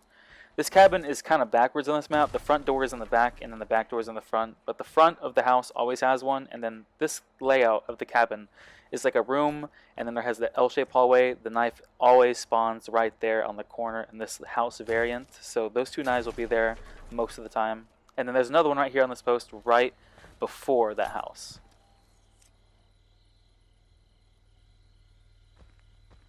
Near the lake in Blair's, there is a knife at the very, very bottom near the shoreline on this tree. I think it's the one that leads up to the car. Moving up Blair's, this middle house also is backwards, but there's always a knife on the back of the house right there. And then in the front, there's on the front of the house, on the left side, there usually is a knife, but for this variant, there wasn't. And then for the last cabin, there's one usually in the back right here, most of the time.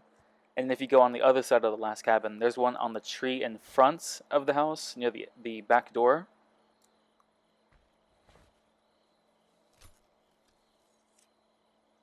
And then the last knife could be right there where I'm looking right now, or it could be on this little box shape kind of thing.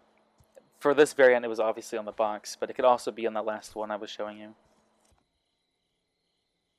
Moving up towards the graveyard and where the shack can spawn, this one's very, very hidden, but it's like in the middle of like the bunch of trees. It's like right in front of the shack location and between the graveyard. There's one on the tree right here, and it will always spawn here.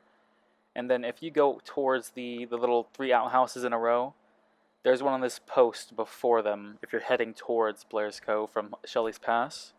And then this one's always here as well. And then if you go up north to the actual graveyard, there's one before the entrance on another light post, and this one is also always here as well. For the houses at Shelley's Pass, both of these cabins are always small one-door cabins, and all the knives are always on the back of the house. Sometimes they may not spawn there on some variants of this map, but if they do spawn at these cabins, they will always be in the back.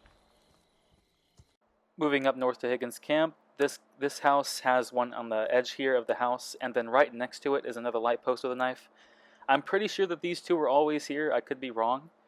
But for the third knife, there's another one inside the big house, and if it's this layout, which it usually is, it's going to be right here on the edge before you get to the hallway where the long table is. And this one is always here as well. Now for the small cabin in Higgins, this half wall will tell you that there's a knife, and this knife will always be here if that half wall is there. I'm pretty sure that this is the only type of small cabin that can even spawn here, so this knife will always be there. And then going towards one of the exits, on this little light post here, there's going to be a knife, and this spawns 100% of the time as well.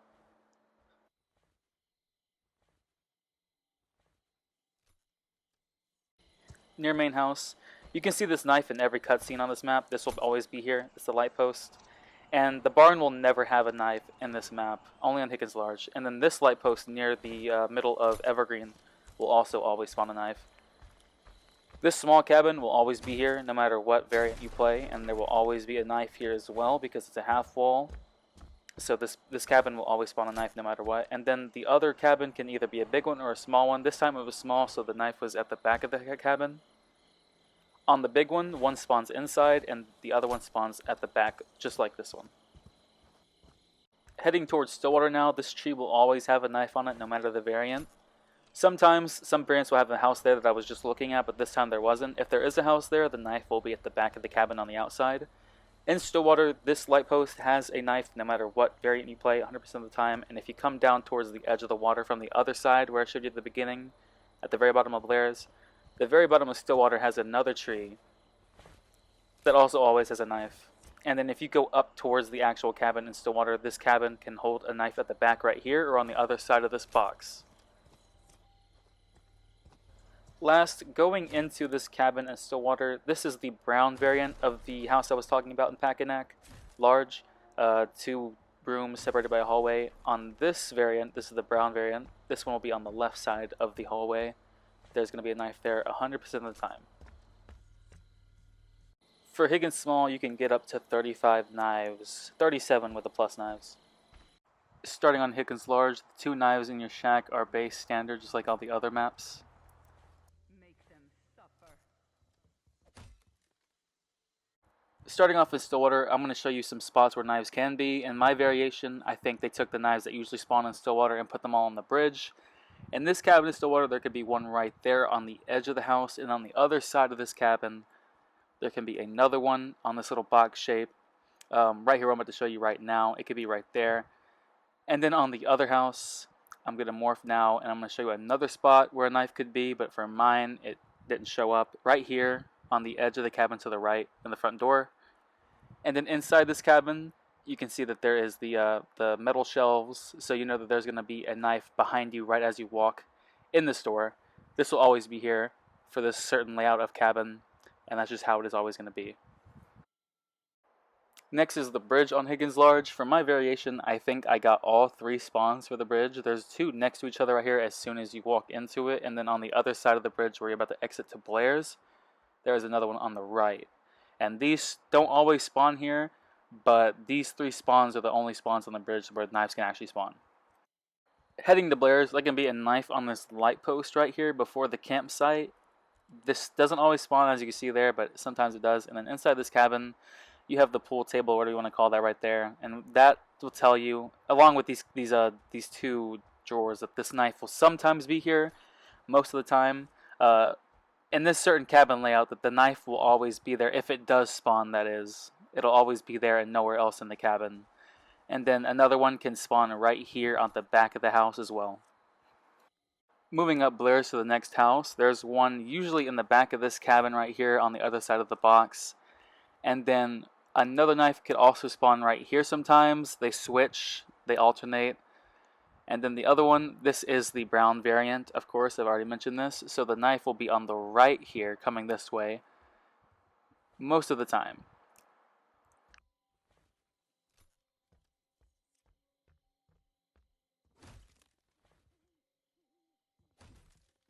Moving further up Blair's, a knife can spawn on this light post right here, in between a small cabin and the big cabin that sometimes holds Tommy and the phone. And in the small cabin next to it, again, it's a half wall. This will always have a knife here. And further down in Blair's, there is another small cabin that can sometimes hold another knife on that half wall. But this time, in this variation, I did not get it. Near the main house on this dock right here, there is a light post with a knife on it.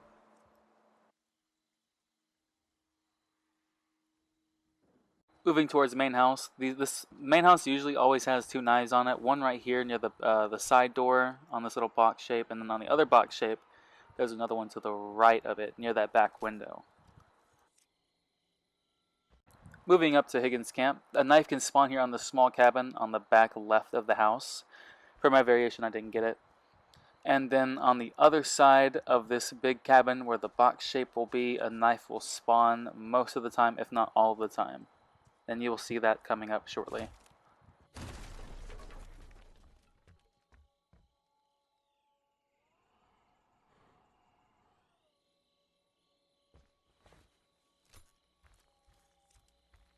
Heading to the barn now, a knife could be here on this little doorway, and then it can also be on this little stable ladder thing. Sometimes it's not there, sometimes both are not there. Moving on to Evergreen at the very bottom. This house that sometimes gives you the phone has a knife at the very back of it on the box. And then if you go around to the front of the house, inside of it, it's kind of like that cabin I was mentioning. It's the green variant, basically. And that knife will be on the very right. Next to that house is another cabin that can house a knife at the very front to the right of it, right here. I don't think it will always be there, but most of the time it should. And then depending on the layout, I think this layout is usually the one that's set here. Not sure why I'm aiming there. The cabin has a knife right here instead. That's where the knife will be. Sometimes. For my variant, it wasn't, but... Moving up to the top of Evergreen, for my variation, I didn't get the house that usually spawns right here where I'm aiming my knife. Instead, it's over there. When 2 houses that are the 2 big houses that spawn right here next to each other up at the top of Evergreen, they both house knives in the back of it. For this house, there's one right there. And then for the other house, the knife would be on the other side of the cabin at the very back right here. And then I think that both cabins may or may not have a knife inside of them. Moving on to Pack Small, of course, you start in the shack, 2 knives spawn there no matter what. Remember, Jason. Make them suffer. We're going to be starting down south. There is going to be a knife right there. I just picked it up. I didn't get to show it, but I'm passing by. It'll be in that box shape. And then the other one is on the other side of the cabin. And most of these on this map are static. Like, these knives are pretty much almost always there, no matter the variant. Another knife will spawn right here on the other side, outside the cabin. Now, the middle cabin down south has a knife usually inside right here at the wall next to the door. And then the other one will be at the front of the house. and it'll be right here to the right of it. And this one is always there as well. Walking over to the small cabin that always spawns south in this map, there is always a knife at the very back of it. It's going to be right here 100% of the time. Now going up to the very top of the map up north, the top house has a knife always at the back of it, where the power box can sometimes spawn right there. And then inside the cabin, it's one of those cabins with the big room and then the L-shaped hallway. The knife will be on the corner of the outside of the big room next to the doorway at the front.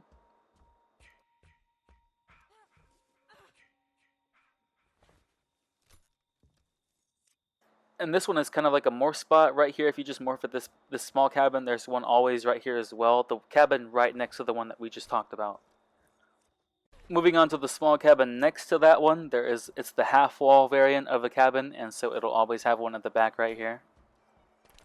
And then if you keep going to the house even further down next to it, there's a knife right here that always spawns on the outside to the right of the front door.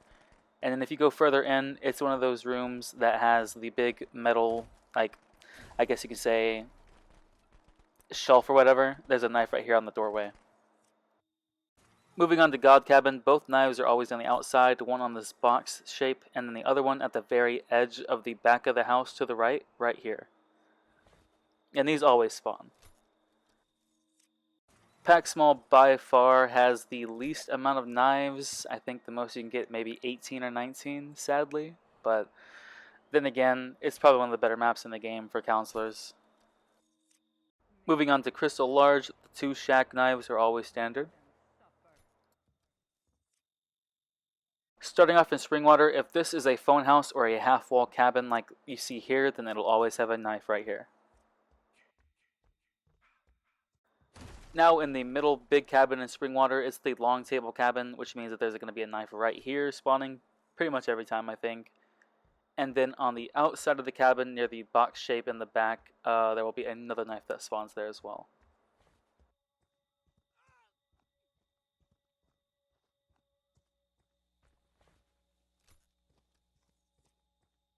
Now for the last house in Springwater, the house that can sometimes be Tommy, I think, there's going to be a knife at the very back most of the time. The archery range will always have a knife on this little post right here.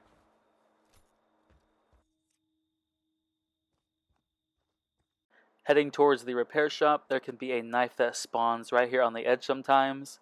For my variant, I didn't get it, but let it be known that sometimes there can be one right there. And then on the house next to that, there's a knife that could spawn right here, and then on the other side of the cabin, there could be another one on the, I think I would call it like a post, I guess a support beam.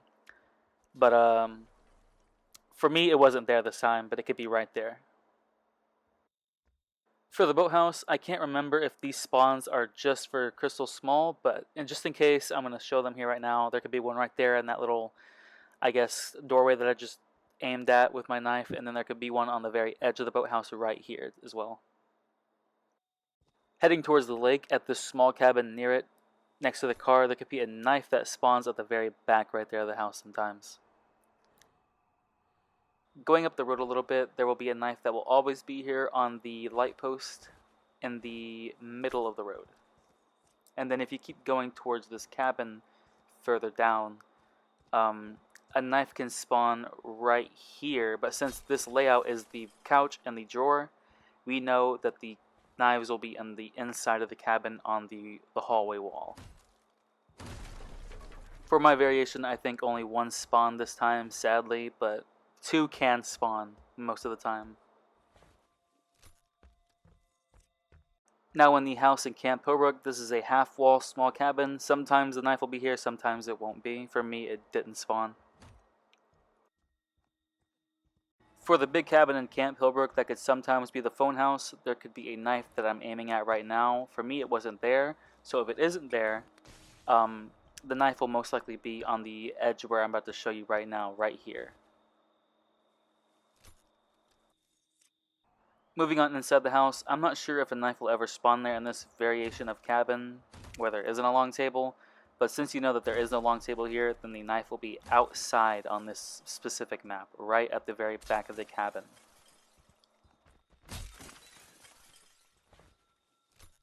Now right behind you, there is a pole that can sometimes also hold a knife, but since there isn't a cabin right here in this variation, it didn't spawn where I'm aiming right now. But sometimes there is a knife if there is a small cabin right where I was aiming before. On the long road before the main road, there are 2 poles throughout it that can hold knives pretty much most of the time. That one near the middle, and then right here I pass it. I don't know why I did, but I will go back to it. It's going to be that one that is a light post. They can also spawn one, but for me in this variation, it did not.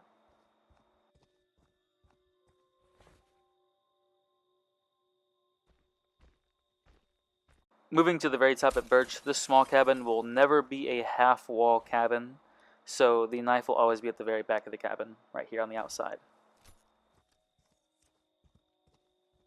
Moving to the big cabin, Birch Ridge, this knife spawn will be a possible one. There could also be a knife inside as well, depending on the layout. For me, this time, I didn't get a map layout that gives me a knife on the inside. So the other knife will be on the very back of the cabin, towards the right, as you'll see right here.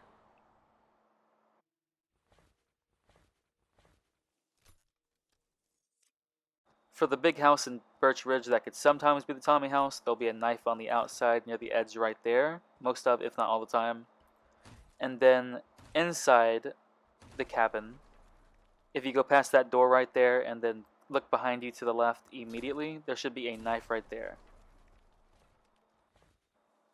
In Birch Ridge, sometimes there will be a small cabin right there to the right of that big cabin, and the knife will be in the inside of it. But for this variation, I didn't get it. I got this big cabin at the very back, and there will be a knife at the very back of this cabin, most of it, if not all the time. In total, you can get a good 25 to maybe 28 throwing knives on Crystal Large at best.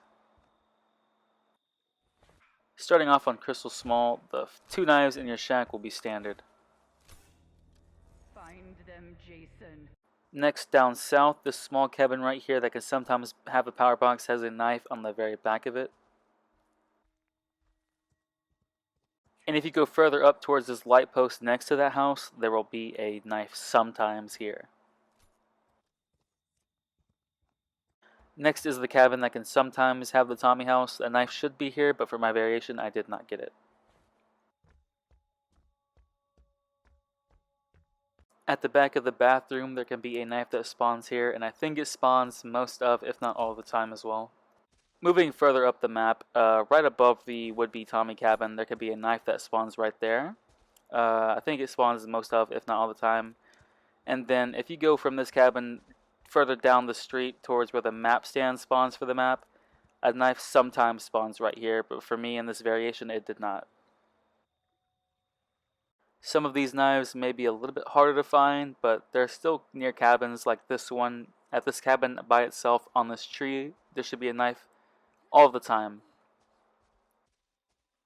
Moving up further north up the map, at this little, I guess, road right here that separates the house that we just covered and the house above it, there will be a knife on this light post that you just saw right there. And on a different layout, there is also a knife on a tree further up towards the gate. And then if you keep going to this house that is actually next to it, there should be a knife on one of these trees right here that didn't spawn for me this game, but there should be one on one of these trees. Now moving to that actual cabin, on this little box shape there will be a knife right here most of the time, and then for this variation I didn't get a knife right there, but there should be one there as well on most variations. Now for the very top house on this map, there should be a knife right there on some variations, but then again, since we see it's the couch and the drawer, we know that the 2 knives will be on the hallway. This time, again, I only got 1 for this variation, but just know that both knives can spawn in there. For the house near the water that can be the phone house, there should be a knife that sometimes spawned where I was just aiming, but for my variation I didn't get it. Instead it was on this side of the house. And for the other knife it will be inside. Since it's the cabin layout where it's a L-shaped hallway and the room next to it, the knife will be right there at the corner. Near where the car will spawn sometimes, or all the time actually on Crystal Small, there will be a knife on this light post right there that you can pick up. It should be there most of the time, but I know that for some variations it will not show up. You cannot die. You can never die. Moving on to the house next to the car, it's a half wall cabin, and a knife should be there usually, but for my variation I didn't get it. And then if you go towards the water near this lifeguard tower, there should be another knife, but again, my variation didn't give it to me. Going towards the boathouse now, there should be a knife, just like Crystal Large, there should be a knife. I think either both of them will be here, or one of the two should spawn either on the edge right there, or the little doorway that I just showed you. If you go to the house below the repair shop, just below that house, there should be a tree that holds a knife right here. I think it's there most of the time, and then sometimes it may not be. And if you go up to the actual stilt cabin, or whatever you want to call this, just like Crystal Large, there should be two knives. Sometimes there's one on either side of the porches. For this variation, I didn't get one on that side, but I did get one on this side, and it'll be right there. Let's see. Yes, right there. It'll be right there. And there's another spawn right here behind me, but it didn't spawn there. Moving on to the actual repair shop, I got both knife spawns this variation. There's one right here next to this doorway, and then on the other side of the wall next to the window, there's another one. And last but not least, the archery range will either hold a knife right here or at that little building right next to the actual targets. And for a total, you can get like maybe 21 to 23, maybe 24 knives on this map in total. Starting on Jarvis' house, the two knives in the shack are standard. Jason, make them pay for what they did to us. Starting south in Blackfoot, where the phone can be sometimes, there is a knife right here on the box-ish part of the house. And then if you go inside the actual cabin, there will be, usually this cabin is the brown variant of the hallway separating two rooms, and it'll be on the left side here. For the cabin next to that one in Blackfoot, this knife right here on the edge of the front of the cabin will always be there. And then if you go inside, it's one of those cabins where the knife is at the very back before you start heading towards the door right here, and it'll always be there as well. Starting in Elmwood now, at the cabin that could sometimes be the phone house, a knife will be here in the back near the box area. And then if you go inside the cabin itself, I think that this is the brown variant. Yeah, it's the brown variant of the hallway separating two rooms, and the knife will be on the right.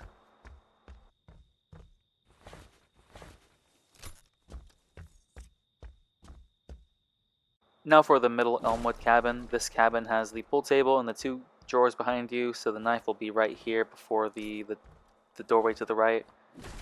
And then if you go through the doorway, through the back door, another knife, they won't spawn there, buddy. If you go to the back door and break it or whatever, and then you go to the back of the cabin, there should be a knife right there. But it didn't spawn for me this time on this variation of the map, so. And then if you go further to the small cabin next to that one, there should be always a knife right here at the back. If you follow the trail from that small house in Elmwood, you can go past the outhouses to this knife right here on the light post, and this one will always be there no matter what. Now we're going towards Firebranch, the first house at the very bottom. There should be a knife right here at the very back of the box part. And then if you go inside, I'm pretty sure that every single time that you play this map, this will be the long table cabin, yes, and there will be a knife right there as well.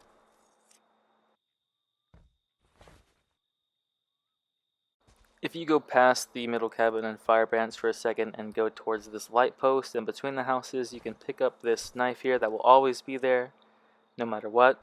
And then if you go across to the island near Firebranch, there should be a knife right there at the back of the house there, but since this cabin is a half-wall cabin, it will be inside it.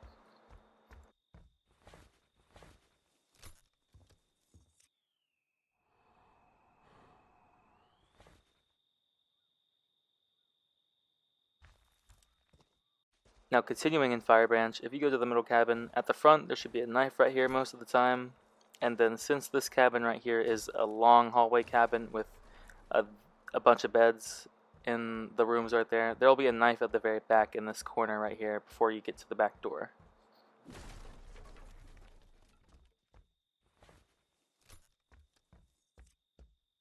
Now if you exit from the back of that middle cabin and go up the road just a little bit, there will be another knife on a tree, and this will also always be there as well.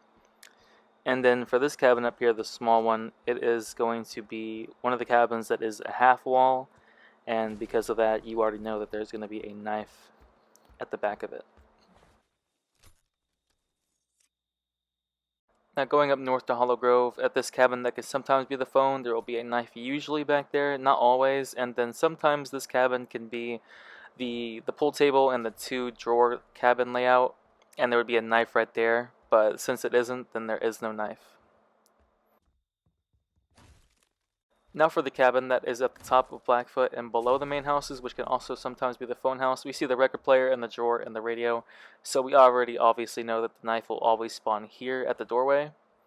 There are certain different variations of cabins that can spawn here, and but either way, the knives will always be in or around the house. For the last 2 knives, we're going to the other island on the other side of the map, and there will be another knife always at the back of the cabin, unless it's a half-wall cabin, which I think can sometimes happen, and then it would just be in the cabin itself. And then for the last knife that we can pick up on this map, it'll be in the middle of the long road that leads towards the main road, and it'll be on this tree right here 100% of the time. It'll always spawn no matter the variation of map of Jarvis House. In total, you can get a good 26 to 29 knives on Jarvis House. Last but not least, we have Pinehurst, and of course, you already know you get 2 knives as soon as you spawn in your shack. Starting at the very bottom in Mulholland, at the small cabin to the very left of the map, there will be a half-wall cabin, and then it will spawn there. For the middle cabin, that can sometimes be the Tommy house, a knife will always spawn in the back here near the box area. And then further down inside that cabin, same cabin by the way, I messed up that knife cancel, but that will be the long table variation, and it will be right there. For the last cabin in Mulholland, there can be a knife at the very front of the cabin on the right side. There wasn't for this variation, as you can see right there, but rest assured that there will be a knife that sometimes spawns there. Of course, we get the cabin variation where there's the couch and the knife, so we know that both knives are right here in the hallway.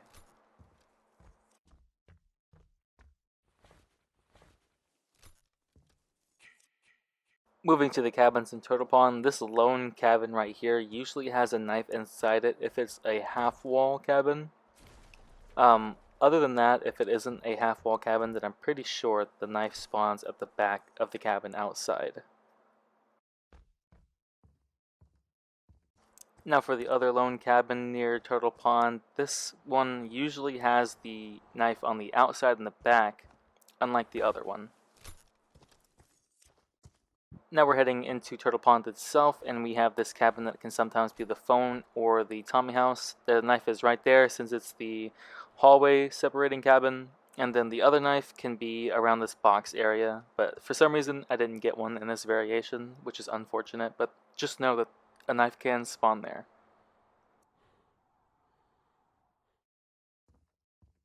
Now for the smaller cabins in Turtle Pond, this one is backwards and the knife is on the very back of the cabin in this variation. I'm pretty sure it's like that in most, but I could be wrong. And then the one next to it has a knife inside because it is a half-wall cabin.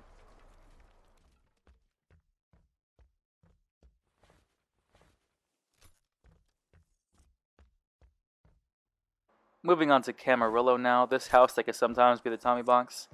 There will usually be a knife right there where I just picked it up at the back there. And then going inside the cabin, usually there's a knife in this one, but in my variation I didn't even get a knife in this cabin, which usually gives you one anyway. Same with the cabin next to it actually, the small cabin. There usually is a knife right here where I'm about to aim as well, but then again my variation didn't give it to me.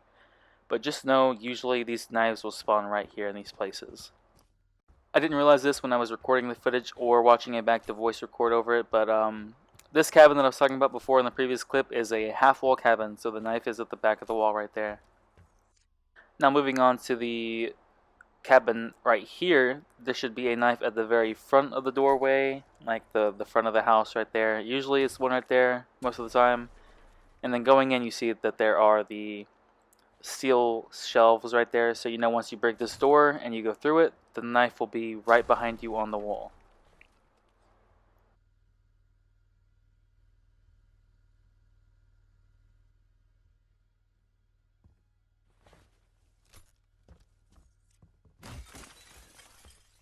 Moving up the stone side now, the first small cabin at the very far right will be usually a half wall cabin, and the knife will be at the very back of the wall, of course. For the next one, the next small cabin, it won't be a half wall cabin, but the knife will usually be behind the cabin on the outside. This one, in this variation, I didn't get a knife at all, but the knife will usually spawn at the very back of the cabin on this one. Oh my god.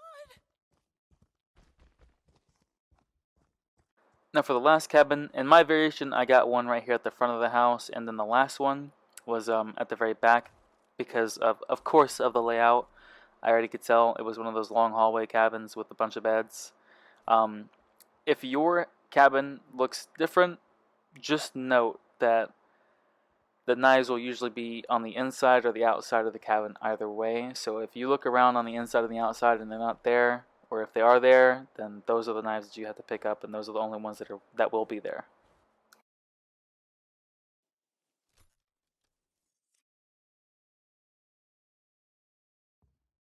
Heading to the lone house above the barn, this is usually a half wall cabin, and the knife will usually be right here behind the wall.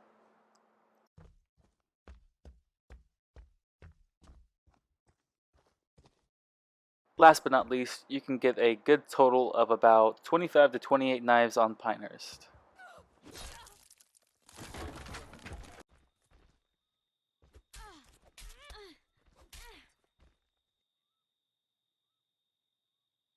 The next technique that I would like to cover is swinging through firecrackers. If you move yourself towards the edge, like the very edge of the firecrackers range, and you heavy swing into them, you can kind of negate the stun. As you see here, I'm still stunned, but I'm able to move around. And if a counselor is sitting in the middle of the firecrackers and they're waiting for you to take the stun before they move, you can do this.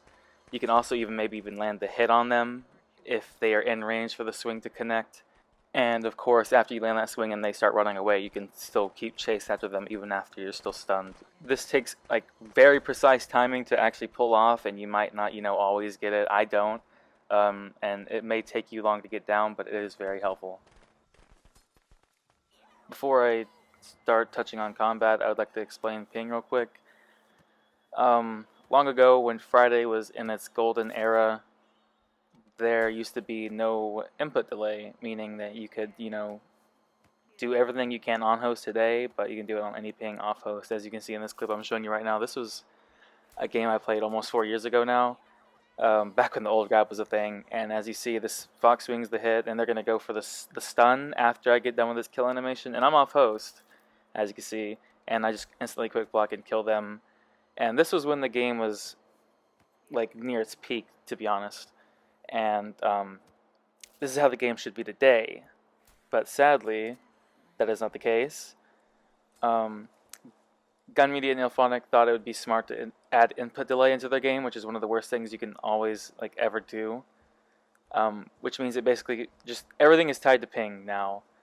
Blocking, grabbing, slashing. The higher the ping, the slower it is going to be, the laggier it's going to be, and the slower you have to actually press the buttons to have certain things to work. So, yellow ping is unplayable now. Red ping is just absolutely god-awful, but back in the day, you could still quick block on red ping, yes. Nowadays, it's impossible to even enter combat stance on red ping, to be honest.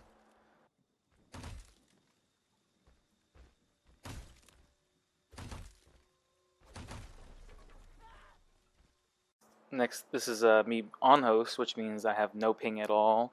All of my inputs are as instant. They happen as soon as I press the buttons. As you'll see right now, my shift looks so much more clear. My grabs are not choppy and laggy at all. And then in this next clip, I'll be showing you slashes. They look crisp. They look how the game used to look no matter what. but now you can only get this on host, and this whole ping thing really can affect the way you play. That's why every tournament Jason ever plays on host only now. They don't play off host because it already gives them, they're already at a disadvantage in the first place going against 7 counselors. Why would you put yourself at a second disadvantage by having ping? It just doesn't make sense.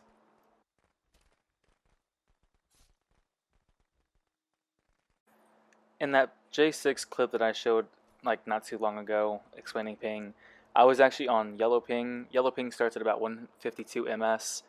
Anything above that is just borderline unplayable. In this one though, I'm at 124. Not too much of an upgrade, but it's white ping. And white ping is, if you were to play off host, white ping is what you would want. If you don't have white ping in the game or the lobby in your J, you're going to have a tough time, especially if the counselors are good. But in this I'm showing you like just still how slow it still is. The swings are not as choppy, but you can still see that it's not fluid as it is on host. Nothing is. The grabs aren't, the knife canceling and throwing knives are just all so choppy because of this input delay, and it's just tied to ping. And if they had never done this, then the game would control so much better. Next is combat. For most of, if not all the clips, I want to be using the machete, so just note that the machete is like most other weapons pretty much, except for the spear and the trident, but you can still use this information for most weapons anyway. This is a light swing in combat stance. I'm showing you the range it has and the area of effect it has when you swing. Now I'm showing you a heavy attack. It's the same thing. You go into combat stance, but this time you press all the way down, and kind of harder than you do with the light swing. It has a longer range than the light swing, but it doesn't sweep in a cone like the light swing does, so you were mainly just using this for distance most of the time when you swing this way.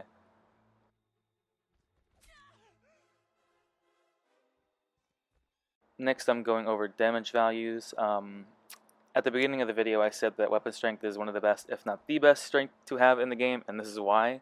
As I'm going to show you right here, it takes 3 hits to limp a counselor with thick skin. Without it, it'll take 2 to limp, 4 hits to kill, thick skin 5 hits to kill. A Jason with weapon strength does 30 damage per swing, whereas a Jason without weapon strength does only 20 damage.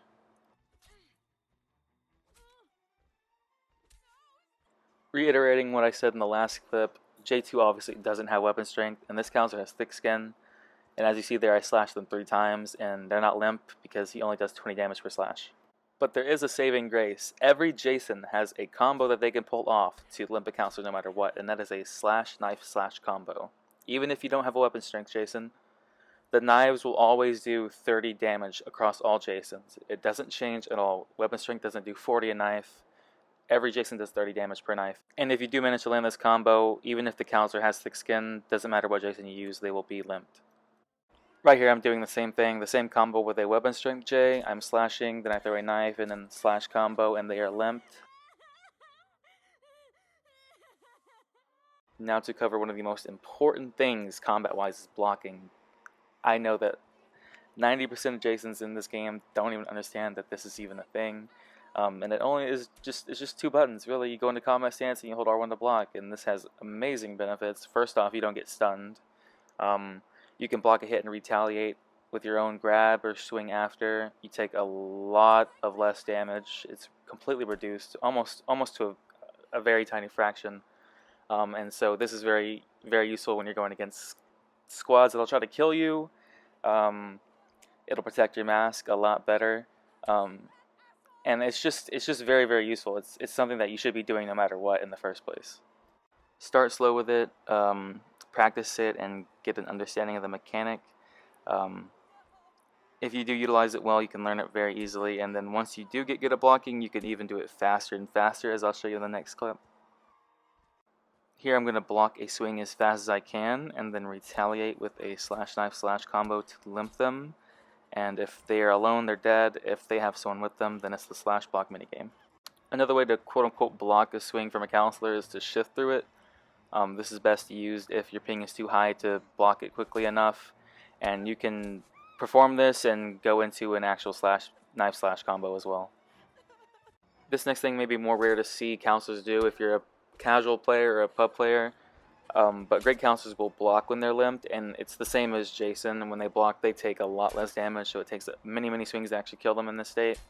And if you grab them, you could be like, oh, just grab them and kill them. But if they have a PK, then they'll just spray back up after they stun you.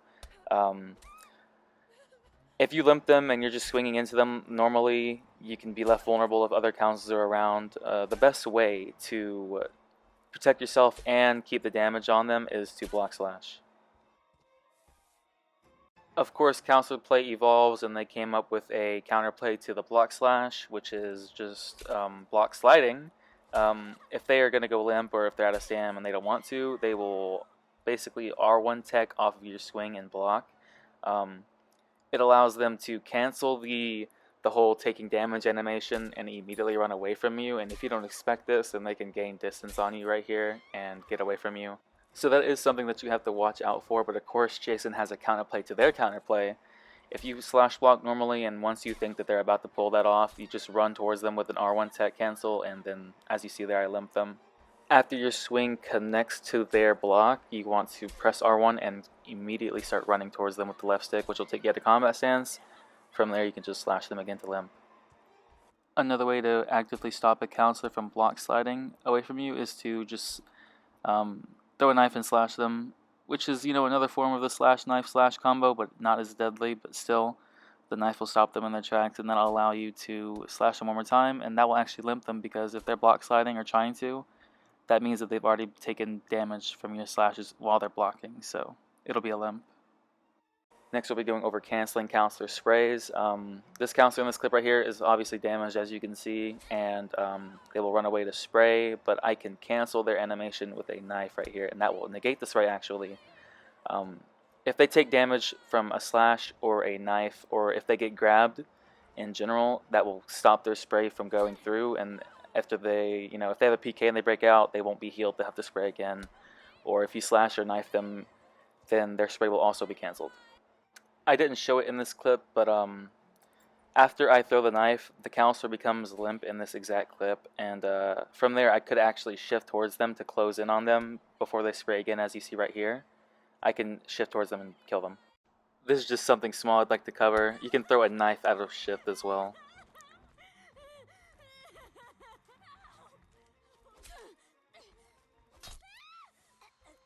Some counselors have very high luck, which means that their weapon durability is very huge. Their weapons just don't break. But you can actually break their weapons while you're shifting. If they hit you in shift, it'll break the weapon. As you see here, the pot broke on the ground. The next scenario I want to go over is, say that there are 2 or more counselors near each other, but one is out of stam and you are actively tunneling them to kill them. What you want to do is, instead of just blocking the hit, you don't want them to get the hit off in the first place. You don't want them to make contact with you, because that gives them stamina, and that means that they'll be able to run you for longer. What you want to do instead is actually what they call a ballerina, where you move Jason away from their like area of effect when they swing. As you see right there, I am actively trying to negate the Nessa without the sweater from hitting me, while also blocking the swings from the Nessa with the sweater. Because obviously, if the Nessa with the sweater would stun me, like in this clip I'm enraged, but pretend I'm not, if they were to stun me, then that would give the counselor I'm tunneling time to regain stamina and keep running. Not too long ago I covered block slashing and mentioned if another counselor was around, you would have to, protect yourself with the block slash, and this is me showing that right here. This counselor's trying to stun me to stop me from killing this other counselor, but I'm just block slashing into them. This is another example of the block slash minigame. Some high tier counselors will expect you to do this, and they'll know when you're about to swing, so if you mix it up and throw them off, hesitate for a second before swinging here and there, it'll greatly help you. Smarter counselors won't even bother doing your whole block slash minigame with you. Instead, they'll just run up and spray the counselor that's limped. You can also cancel their spray, as I stated before, by throwing a knife at them, and once you do that, they'll have to spray themselves before they can spray the limped counselor again. This counselor in this footage here goes behind the limped counselor to spray, which means it's harder for me to land a hit on them, as you saw there, but I still landed the hit when I slashed, which canceled their spray. Once you have someone limped and they do this, the other counselor spraying the other, honestly, you would pretty much just leave the limp counselor alone for a second and chase the other counselor. As you see here, I just grabbed him instead. which not only canceled the spray and left the other guy limped, but I also had a chance to kill him because he had no PK.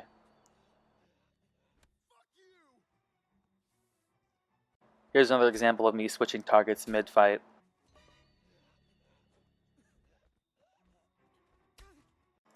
Here's another scenario where the counselor again goes behind the limped counselor to spray. If you are very good with your knives, as you're about to see here, you can actually throw the knife over the limped counselor to hit the other one spraying. The biggest thing when it comes to this entire section in general is making sure that you cancel the spray from the other counselor no matter what. Another thing counselors may do to protect the limped counselor is to stand in front of you to take your swing and block at the same time to stop you from reaching the other counselor that's limped. To counterplay this, you would just heavy swing actually, because not only will you have enough reach to hit the person in the back, it also breaks the block of the counselor that is actually blocking. As you'll see here, I hit both of them and their block gets stopped and they have to block again.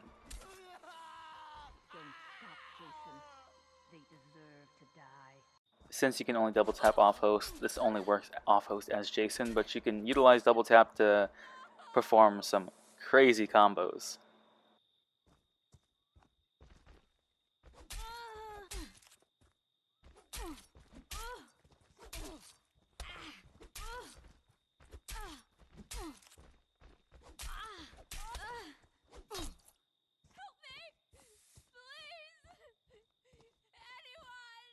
Next I'll be covering combat at objectives. Just like you can cancel a spray with a knife or a slash, you can also cancel repair animations with knives and slashing. A well-timed knife or slash can also cancel the animation of a counselor trying to get into a car.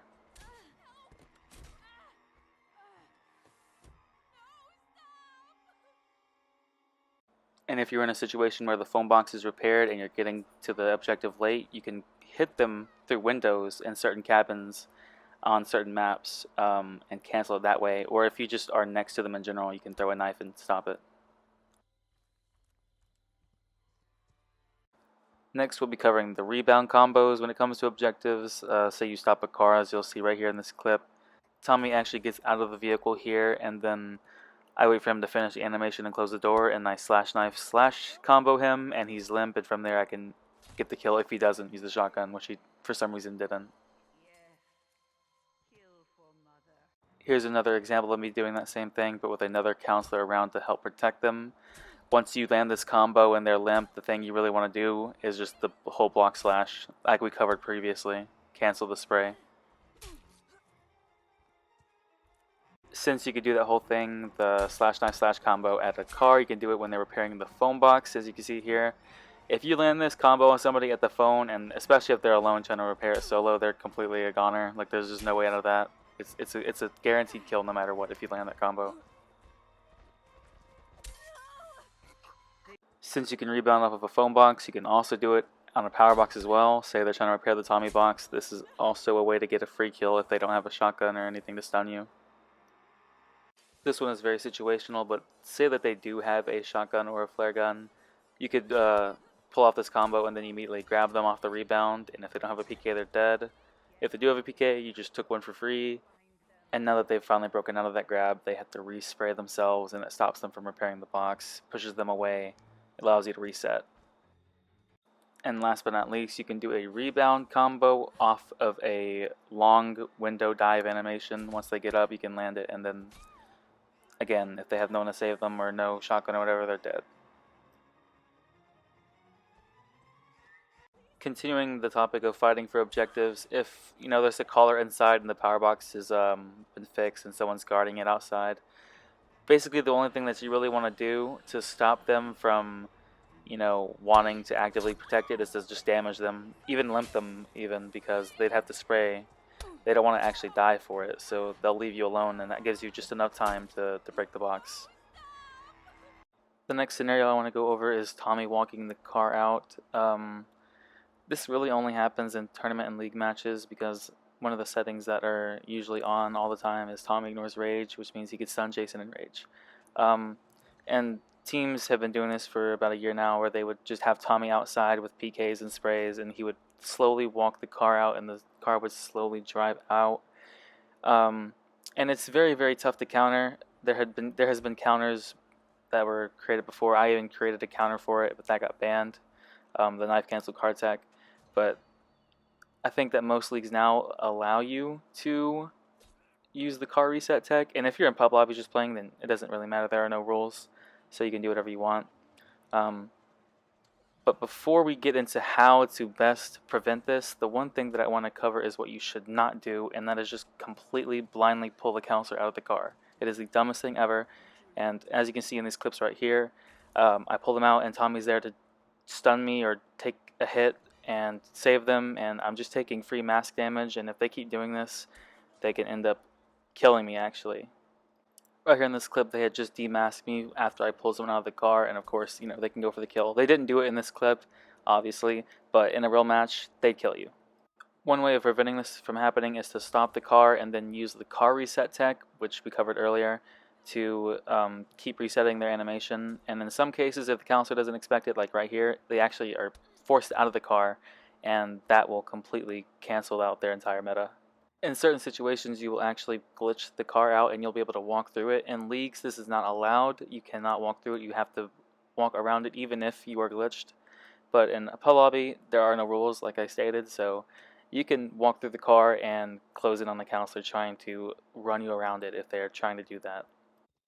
Another way to stop it is to stop the car. This one is optional, the whole stopping the car bit, but another way to stop it is to actually just chase Tommy and tunnel him and take away his resources. Like we did at the Nessa at the phone scenario, you're going to want to either force them to use the sweater or kill Tommy. Just kill Tommy, and then at that rate you can stop the cars as much as you want and, you know, stop them. You can throw in a little bit of car reset tech here like I'm doing and then shift on Tommy, and, you know, if he gets limped, they will definitely pop that sweater to save him because that's more important to save his life than to go for the kill. But if you're lucky enough, you can maybe get the kill on Tommy, or you can make them waste the sweater, and then at that rate you can go from there. And it's very situational though. The Tommy has to be alone most of the time for this to work, or just with the sweater girl. If there are multiple other counselors around, then it'll be a lot harder, but usually the counselors will be in the car with the person driving, and then only Tommy and maybe Sweater will be outside walking the car out.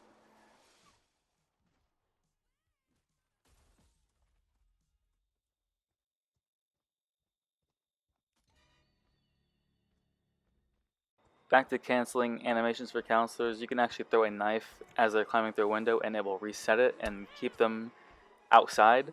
Here I'm just showing you how it works, and in the next clip I will actually continue and build off of the whole thing, and you'll have just enough time to catch up and gain more distance to where you can actually grab them, or as you see here, I slash them and limp them. You can also cancel animations with them opening doors. If you time it right, it won't even actually open the door. It'll show that it's open, and then here in this instance, they actually glitch through the door, which is crazy. But you can also stop them from closing the door in your face if you throw a knife as well, and that gives you enough time to make the grab here as you saw in this clip, or you could slash them or whatever you would like to do. This next bit, there are a very many different situations, but I'm using this one in particular where, say a counselor is with another counselor and one's at a stam and they're a female, they could actually use the cry emote and exploit it. You can't slash them when they're you know, completely on the ground during the cry emote. Not even if you overhead swing, especially in a doorway like this. If you grab them, they'll either have a PK and they'll have stam again, or they will just get saved from the other counselor.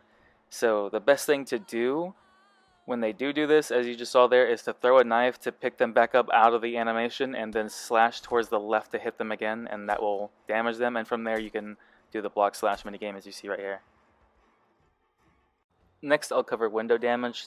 This used to be very strong, but with the whole hypo medic thick skin meta nowadays, you'd want to usually save your knives for different situations, but you know, in some situations the window damage still works.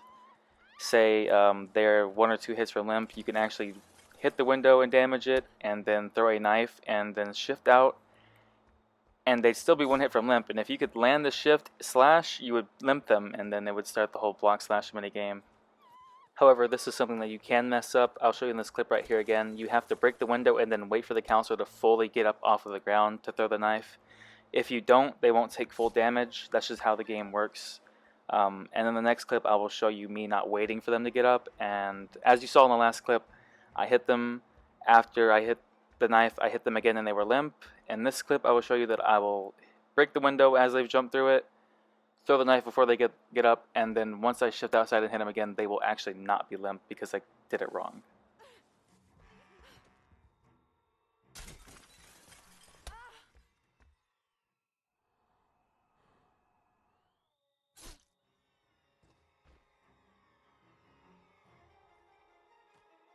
Now for the final section of this guide, I'm going to go over general gameplay tips and what you should do in a match, your normal run-of-the-mill match. Starting off, you want to grab, of course, the knives in your shack, and while you're doing so, check the map to see where the objectives are. Here I have 2 cars kind of semi-close to each other, and then the phone not too far away from the main house on Pack Small. I always usually go for the phone box first. I would usually throw 1 or 2 traps down on it, usually 2, so I don't have to come back as often. So once you double trap, of course we covered that earlier in the guide. Once you double trap, I would then take time to break down the entire phone house. Windows, doors, if you want, you can even break the walls if they have any walls, but it is important to take time to break down the house, especially at least the main 2 doors, the front and back, just in case they're pushing the phone and there are a bunch of houses outside protecting the box. You can just shift right in and attack the person calling if there is someone there calling. Now for the vehicles, if you have 2 cars like I do here, I would actually wait to put the traps down until I get shift. Since you went to the phone first and you would break down the house afterwards, you should have shift or almost have shift by the time you finish that. Right there I had the 2-seater, so I kind of left it alone, and I wanted to go and trap the 4-seater first, which is by the water. And it's still early game, so I know that none of the parts have been put in yet, especially in a pub lobby like this. So I just spent time, and I went all the way over there to the other car to trap that instead, and you'll see that in the next clip coming up. So I'm here at the 4-seater, and I decided to trap the battery instead of the gas. The way I trap both cars is once I get shift, I trap the battery on one and I trap the gas on the other. So if I hear someone mess up the gas and the trap on the 2-seater isn't tripped, then I know it's the gas at the 4-seater, and vice versa. Now earlier I went over the whole defending the phone thing. If someone's outside defending it, you want to limp them or hurt them to push them away. But if it's just someone eating a trap and you get there before they even break out, as you see right there, I just comboed him and killed him. Especially since he's alone, it's just he had no chance at all, and that was a quick, easy kill. Sometimes you can actually set another trap on the phone like I do here, and that trap actually will hit. If you decide you want to save all of your traps until you get shift, which is also something you can do and get away with, you can actually just grab the knives out of your shack, and then as you see there's those little bubbles popping up on the screen. Those are actually counselor noise notifications. People always ask me, how do you know where I am? How do you know where I am on the map? I make no noise. You're cheating, blah blah blah. No. These noise pings are generated by doing literally any action, and you can see them across the map, and so I just morph wherever I think that they will be, and I usually morph in the correct vicinity, and then from there I just shift on them or chase them normally, and I usually get the kill. And you can do that at the beginning of the game to maybe get a quick kill, because the counselors will not have anything in their inventory. They might have a spray if they use hypo. But other than that, you can just morph right on somebody and get an insta-free kill if you can catch them. A lot of people don't know this, but you can actually pick up on counselors' flashlights from across the map, especially if your brightness is all the way up, which I highly recommend you do. Having your brightness all the way up is so helpful, so you can see better, because this game is super dark. To turn that up, you just go to your settings and then video settings, and it'll be under gamma. Huge help. And as you see in this clip, I morphed over here because I saw his flashlight and I got the kill. He just gave up. He didn't even want to try. Here's another example of a setup on Pack Small. I have the phone and the 4-seater right next to each other, and the other car in shifting distance by the water. But that's just for this setup. Every setup on this map is different, and every map has its own different setups, so it's up to you to make the plays, not me. You're the one playing. But if you have objectives grouped together like this, most of the time you're going to want to defend them and just legit just stay around in the area. Like in this instance, I don't really have to leave the main house. Like I can defend the two most important objectives right here, and then if they are pushing the other car, I can shift within range of the other car and be there to contest that one too. So it's very situational. It comes down to how you play the game and how well you defend the objectives, and it also comes down to how well the councils are pushing those objectives. Sometimes against very good squads you will have to pick and choose which objectives to defend over others, and sometimes you might even have to let some objectives go. It just comes down to how well you play and how well they play. Right here, you know, I'm showing you a clip where obviously I have everything locked down, so I have time to just wander away, somewhat away from the main house, but you want to treat that main house as your base of operations, or wherever it is the objectives are in whatever map you're playing. Make it your base of operations, quote unquote, and then you can kind of stray far away if they're not pushing anything and you have them locked down. As you see in these clips, I killed 2 people somewhere around the main house, and then right after I kill these 2, I go right back. But if they are pushing objectives and you have to pick and choose, it comes down usually to how many people are left on the map. If there's less, like 4 or less, and they're pushing the car and the phone, let the phone go and stop the car. If you were confident in your ability, you can kill those last few counselors before the cops arrive. But if the lobby's still full, like 6, 5, maybe even 7 counselors left on the map somehow, and they're pushing the phone and the 4, let the 4 go. You have to make that sacrifice. It is better to let 4 go than the entire lobby to go. Like I mentioned at the beginning of the video, the games that you play are all up to you. You have to make the plays, the hard calls, the decisions. You have to know when to cut your losses, when you can overextend, when you have time for this or that, and when you don't. It all comes down to the situations that you find yourself in when you play the match, and that's just how it is. I mean, I can't really help you with that part, but I can help you with everything else.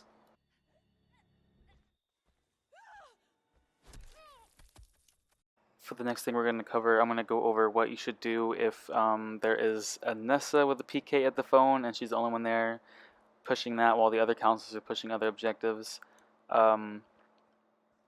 Honestly, in most scenarios, you're going to want to stop the phone in the first place, and getting rid of her is the most important thing you need to do, especially if she has a shotgun and spray equipped. What you want to do is tunnel the hell out of her and limp her as soon as you can.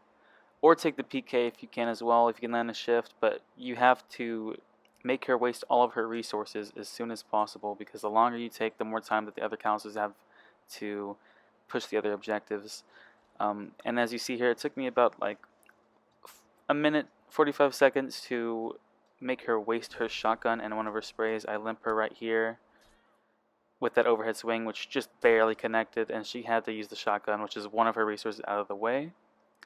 And then moving on to the next clip, she's healed up again and she's running me around. She has the fuse and the PK as well, and I'm trying to limp her again. If I limp her now, I don't even have to eat the PK anymore. If I limp her now, she's alone. I can slash her to death, even if if she has spray still, she's not going to be able to spray up in time with me right on her like this. And she misses the swing here, trying to get stam, and I just combo her, and now she's dead.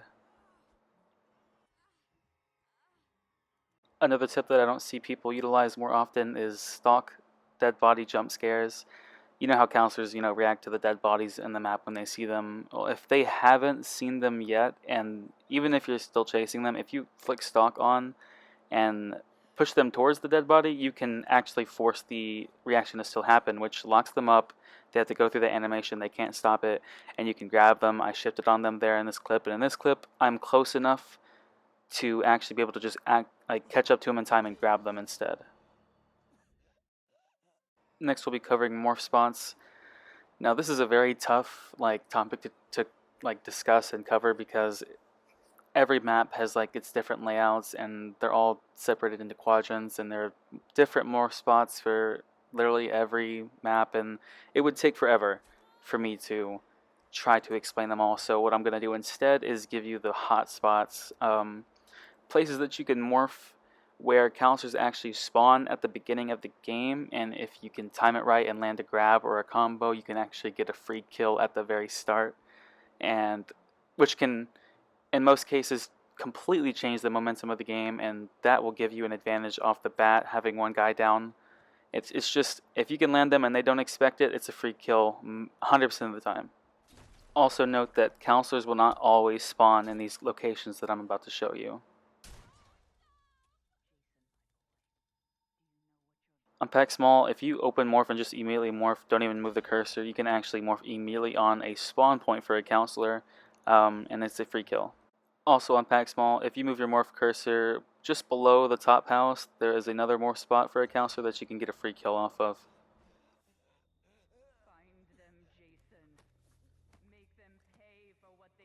On Pinehurst, if you morph at that campsite near the water up north, you can also catch a counselor on their actual spawn point and get a free kill. At Higgins Camp on Higgins Large, if you have a setup where there are two houses, if you morph right below the big house right there, you can catch a counselor at their spawn point.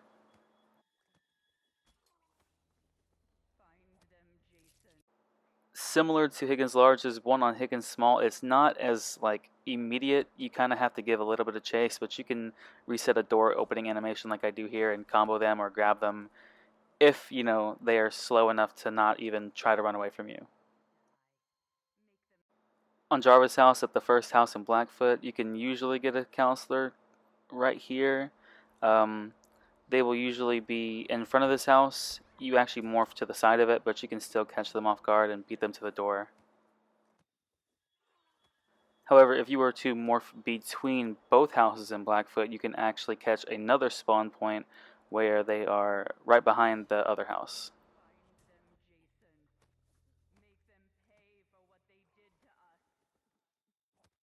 Similar to the morph spot on Higgins Small up north, on Crystal Lake Large, if you morph to Birch Ridge right here, you can actually apply immediate pressure to a counselor spawning in. It's not instant like the others, but you can apply pressure. Here is another clip of that Crystal Lake Large Birch Ridge morph spot. This time there's a Bugsy running into the house. He actually jumps into the window right here, and I hear it, so I go into the front door, and from there I just apply the same amount of pressure that you usually would.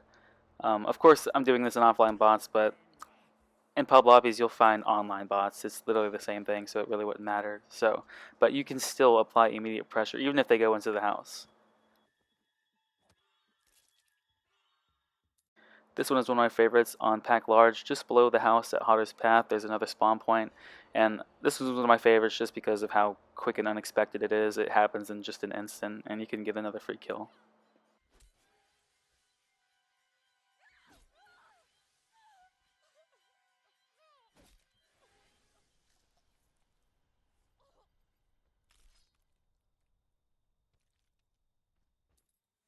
On Crystal Small, if you go to this house alone by itself on the right side, you can pick up a counselor just spawning into the game right here as well.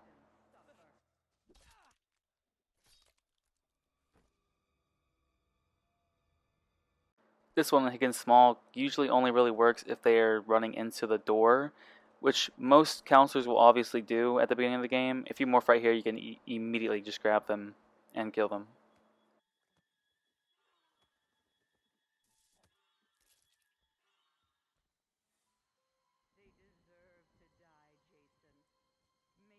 In the last clip, I didn't show it at the beginning of the game, so this time I am. I am morphing right there, and there is a counselor going into the door. Instant grab and instant kill. We won't talk about that part, though.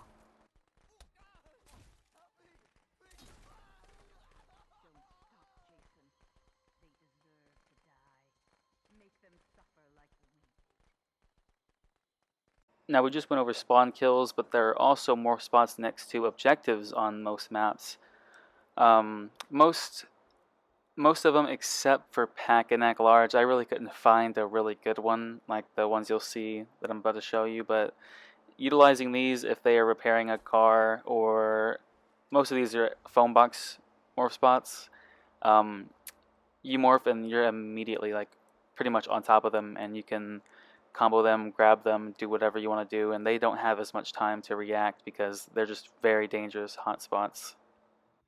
The first one is the Pinehurst main house phone location. If you morph right on top of the icon, pretty much, as you're about to see me do here, you're morphed to the right of the box, and you were literally like right next to the. If anyone's there, you're right next to them, and you can grab them, combo them, whatever you want to do.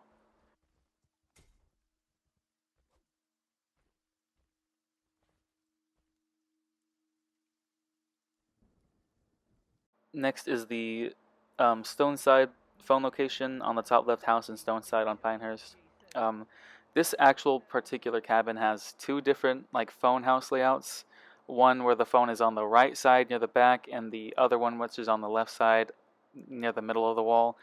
The left one will not work, but the right one will. If you morph right there on top of the phone icon, you were put right next to the phone box, and you can immediately capitalize on somebody that won't be expecting you to morph.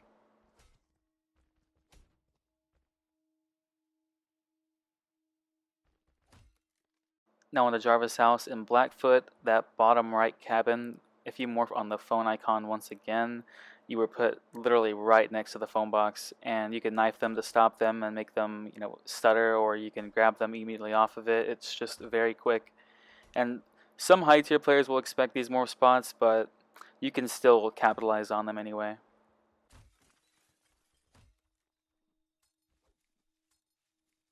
And the other one on Jarvis House is actually across the map on the north phone house location. If, again, morph on the icon and you were right next to them, combo, grab, whatever you want to do, it's an insta-kill if they don't have a PK.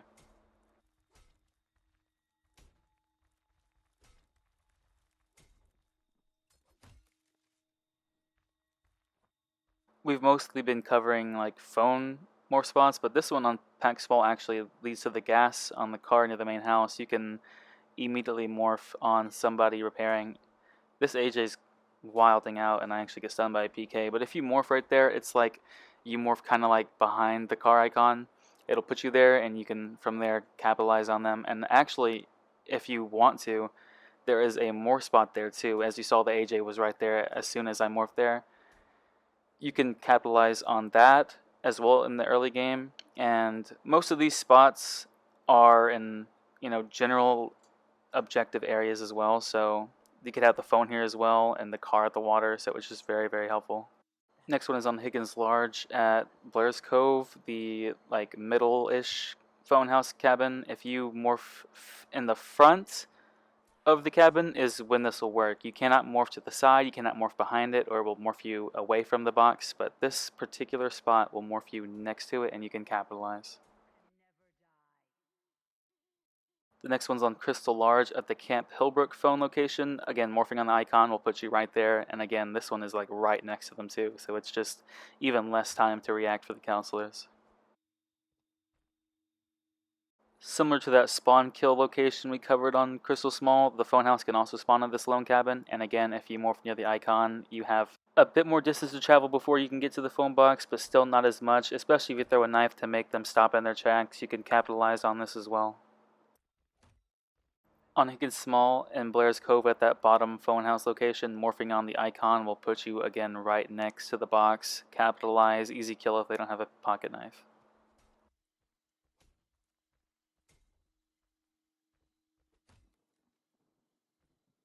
On Higgins Small next to the Stillwater car, if you morph here and there's only one house, you can actually have time to stop someone from putting the gas in, just like the one on Pack Small at the main house. Do keep in mind though that if there are two houses instead of this one house and the hill next to it where the campsite is, it doesn't tend to work as well, but I think that you can still make it work if you immediately shift after morphing. But if you don't want to do that and you want to save your shift and you just want to be able to morph and immediately start attacking somebody, then the best bet is to have this layout. The final bit of this guide will be sort of like a bloopers / mishaps section where all the things that went wrong when I was shooting all these clips, and they're completely random, and if you enjoy them, you enjoy them.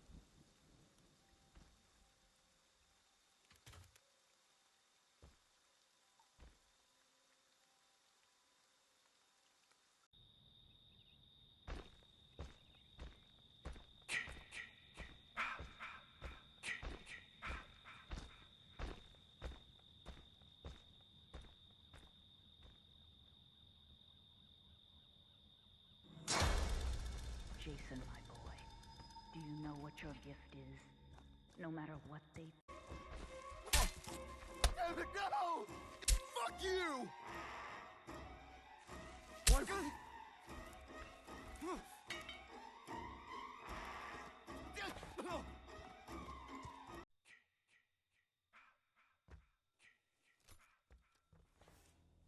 They're out there, Jason. Find them and get your revenge.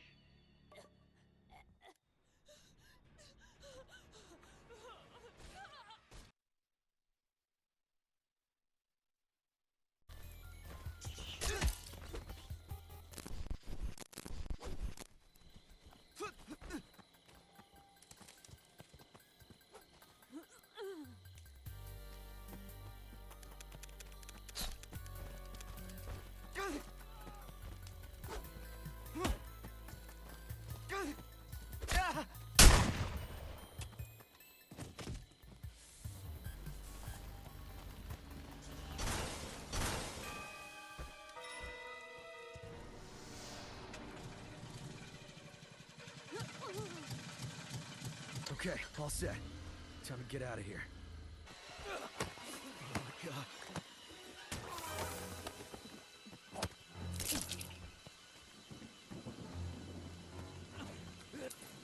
Why won't you fucking die?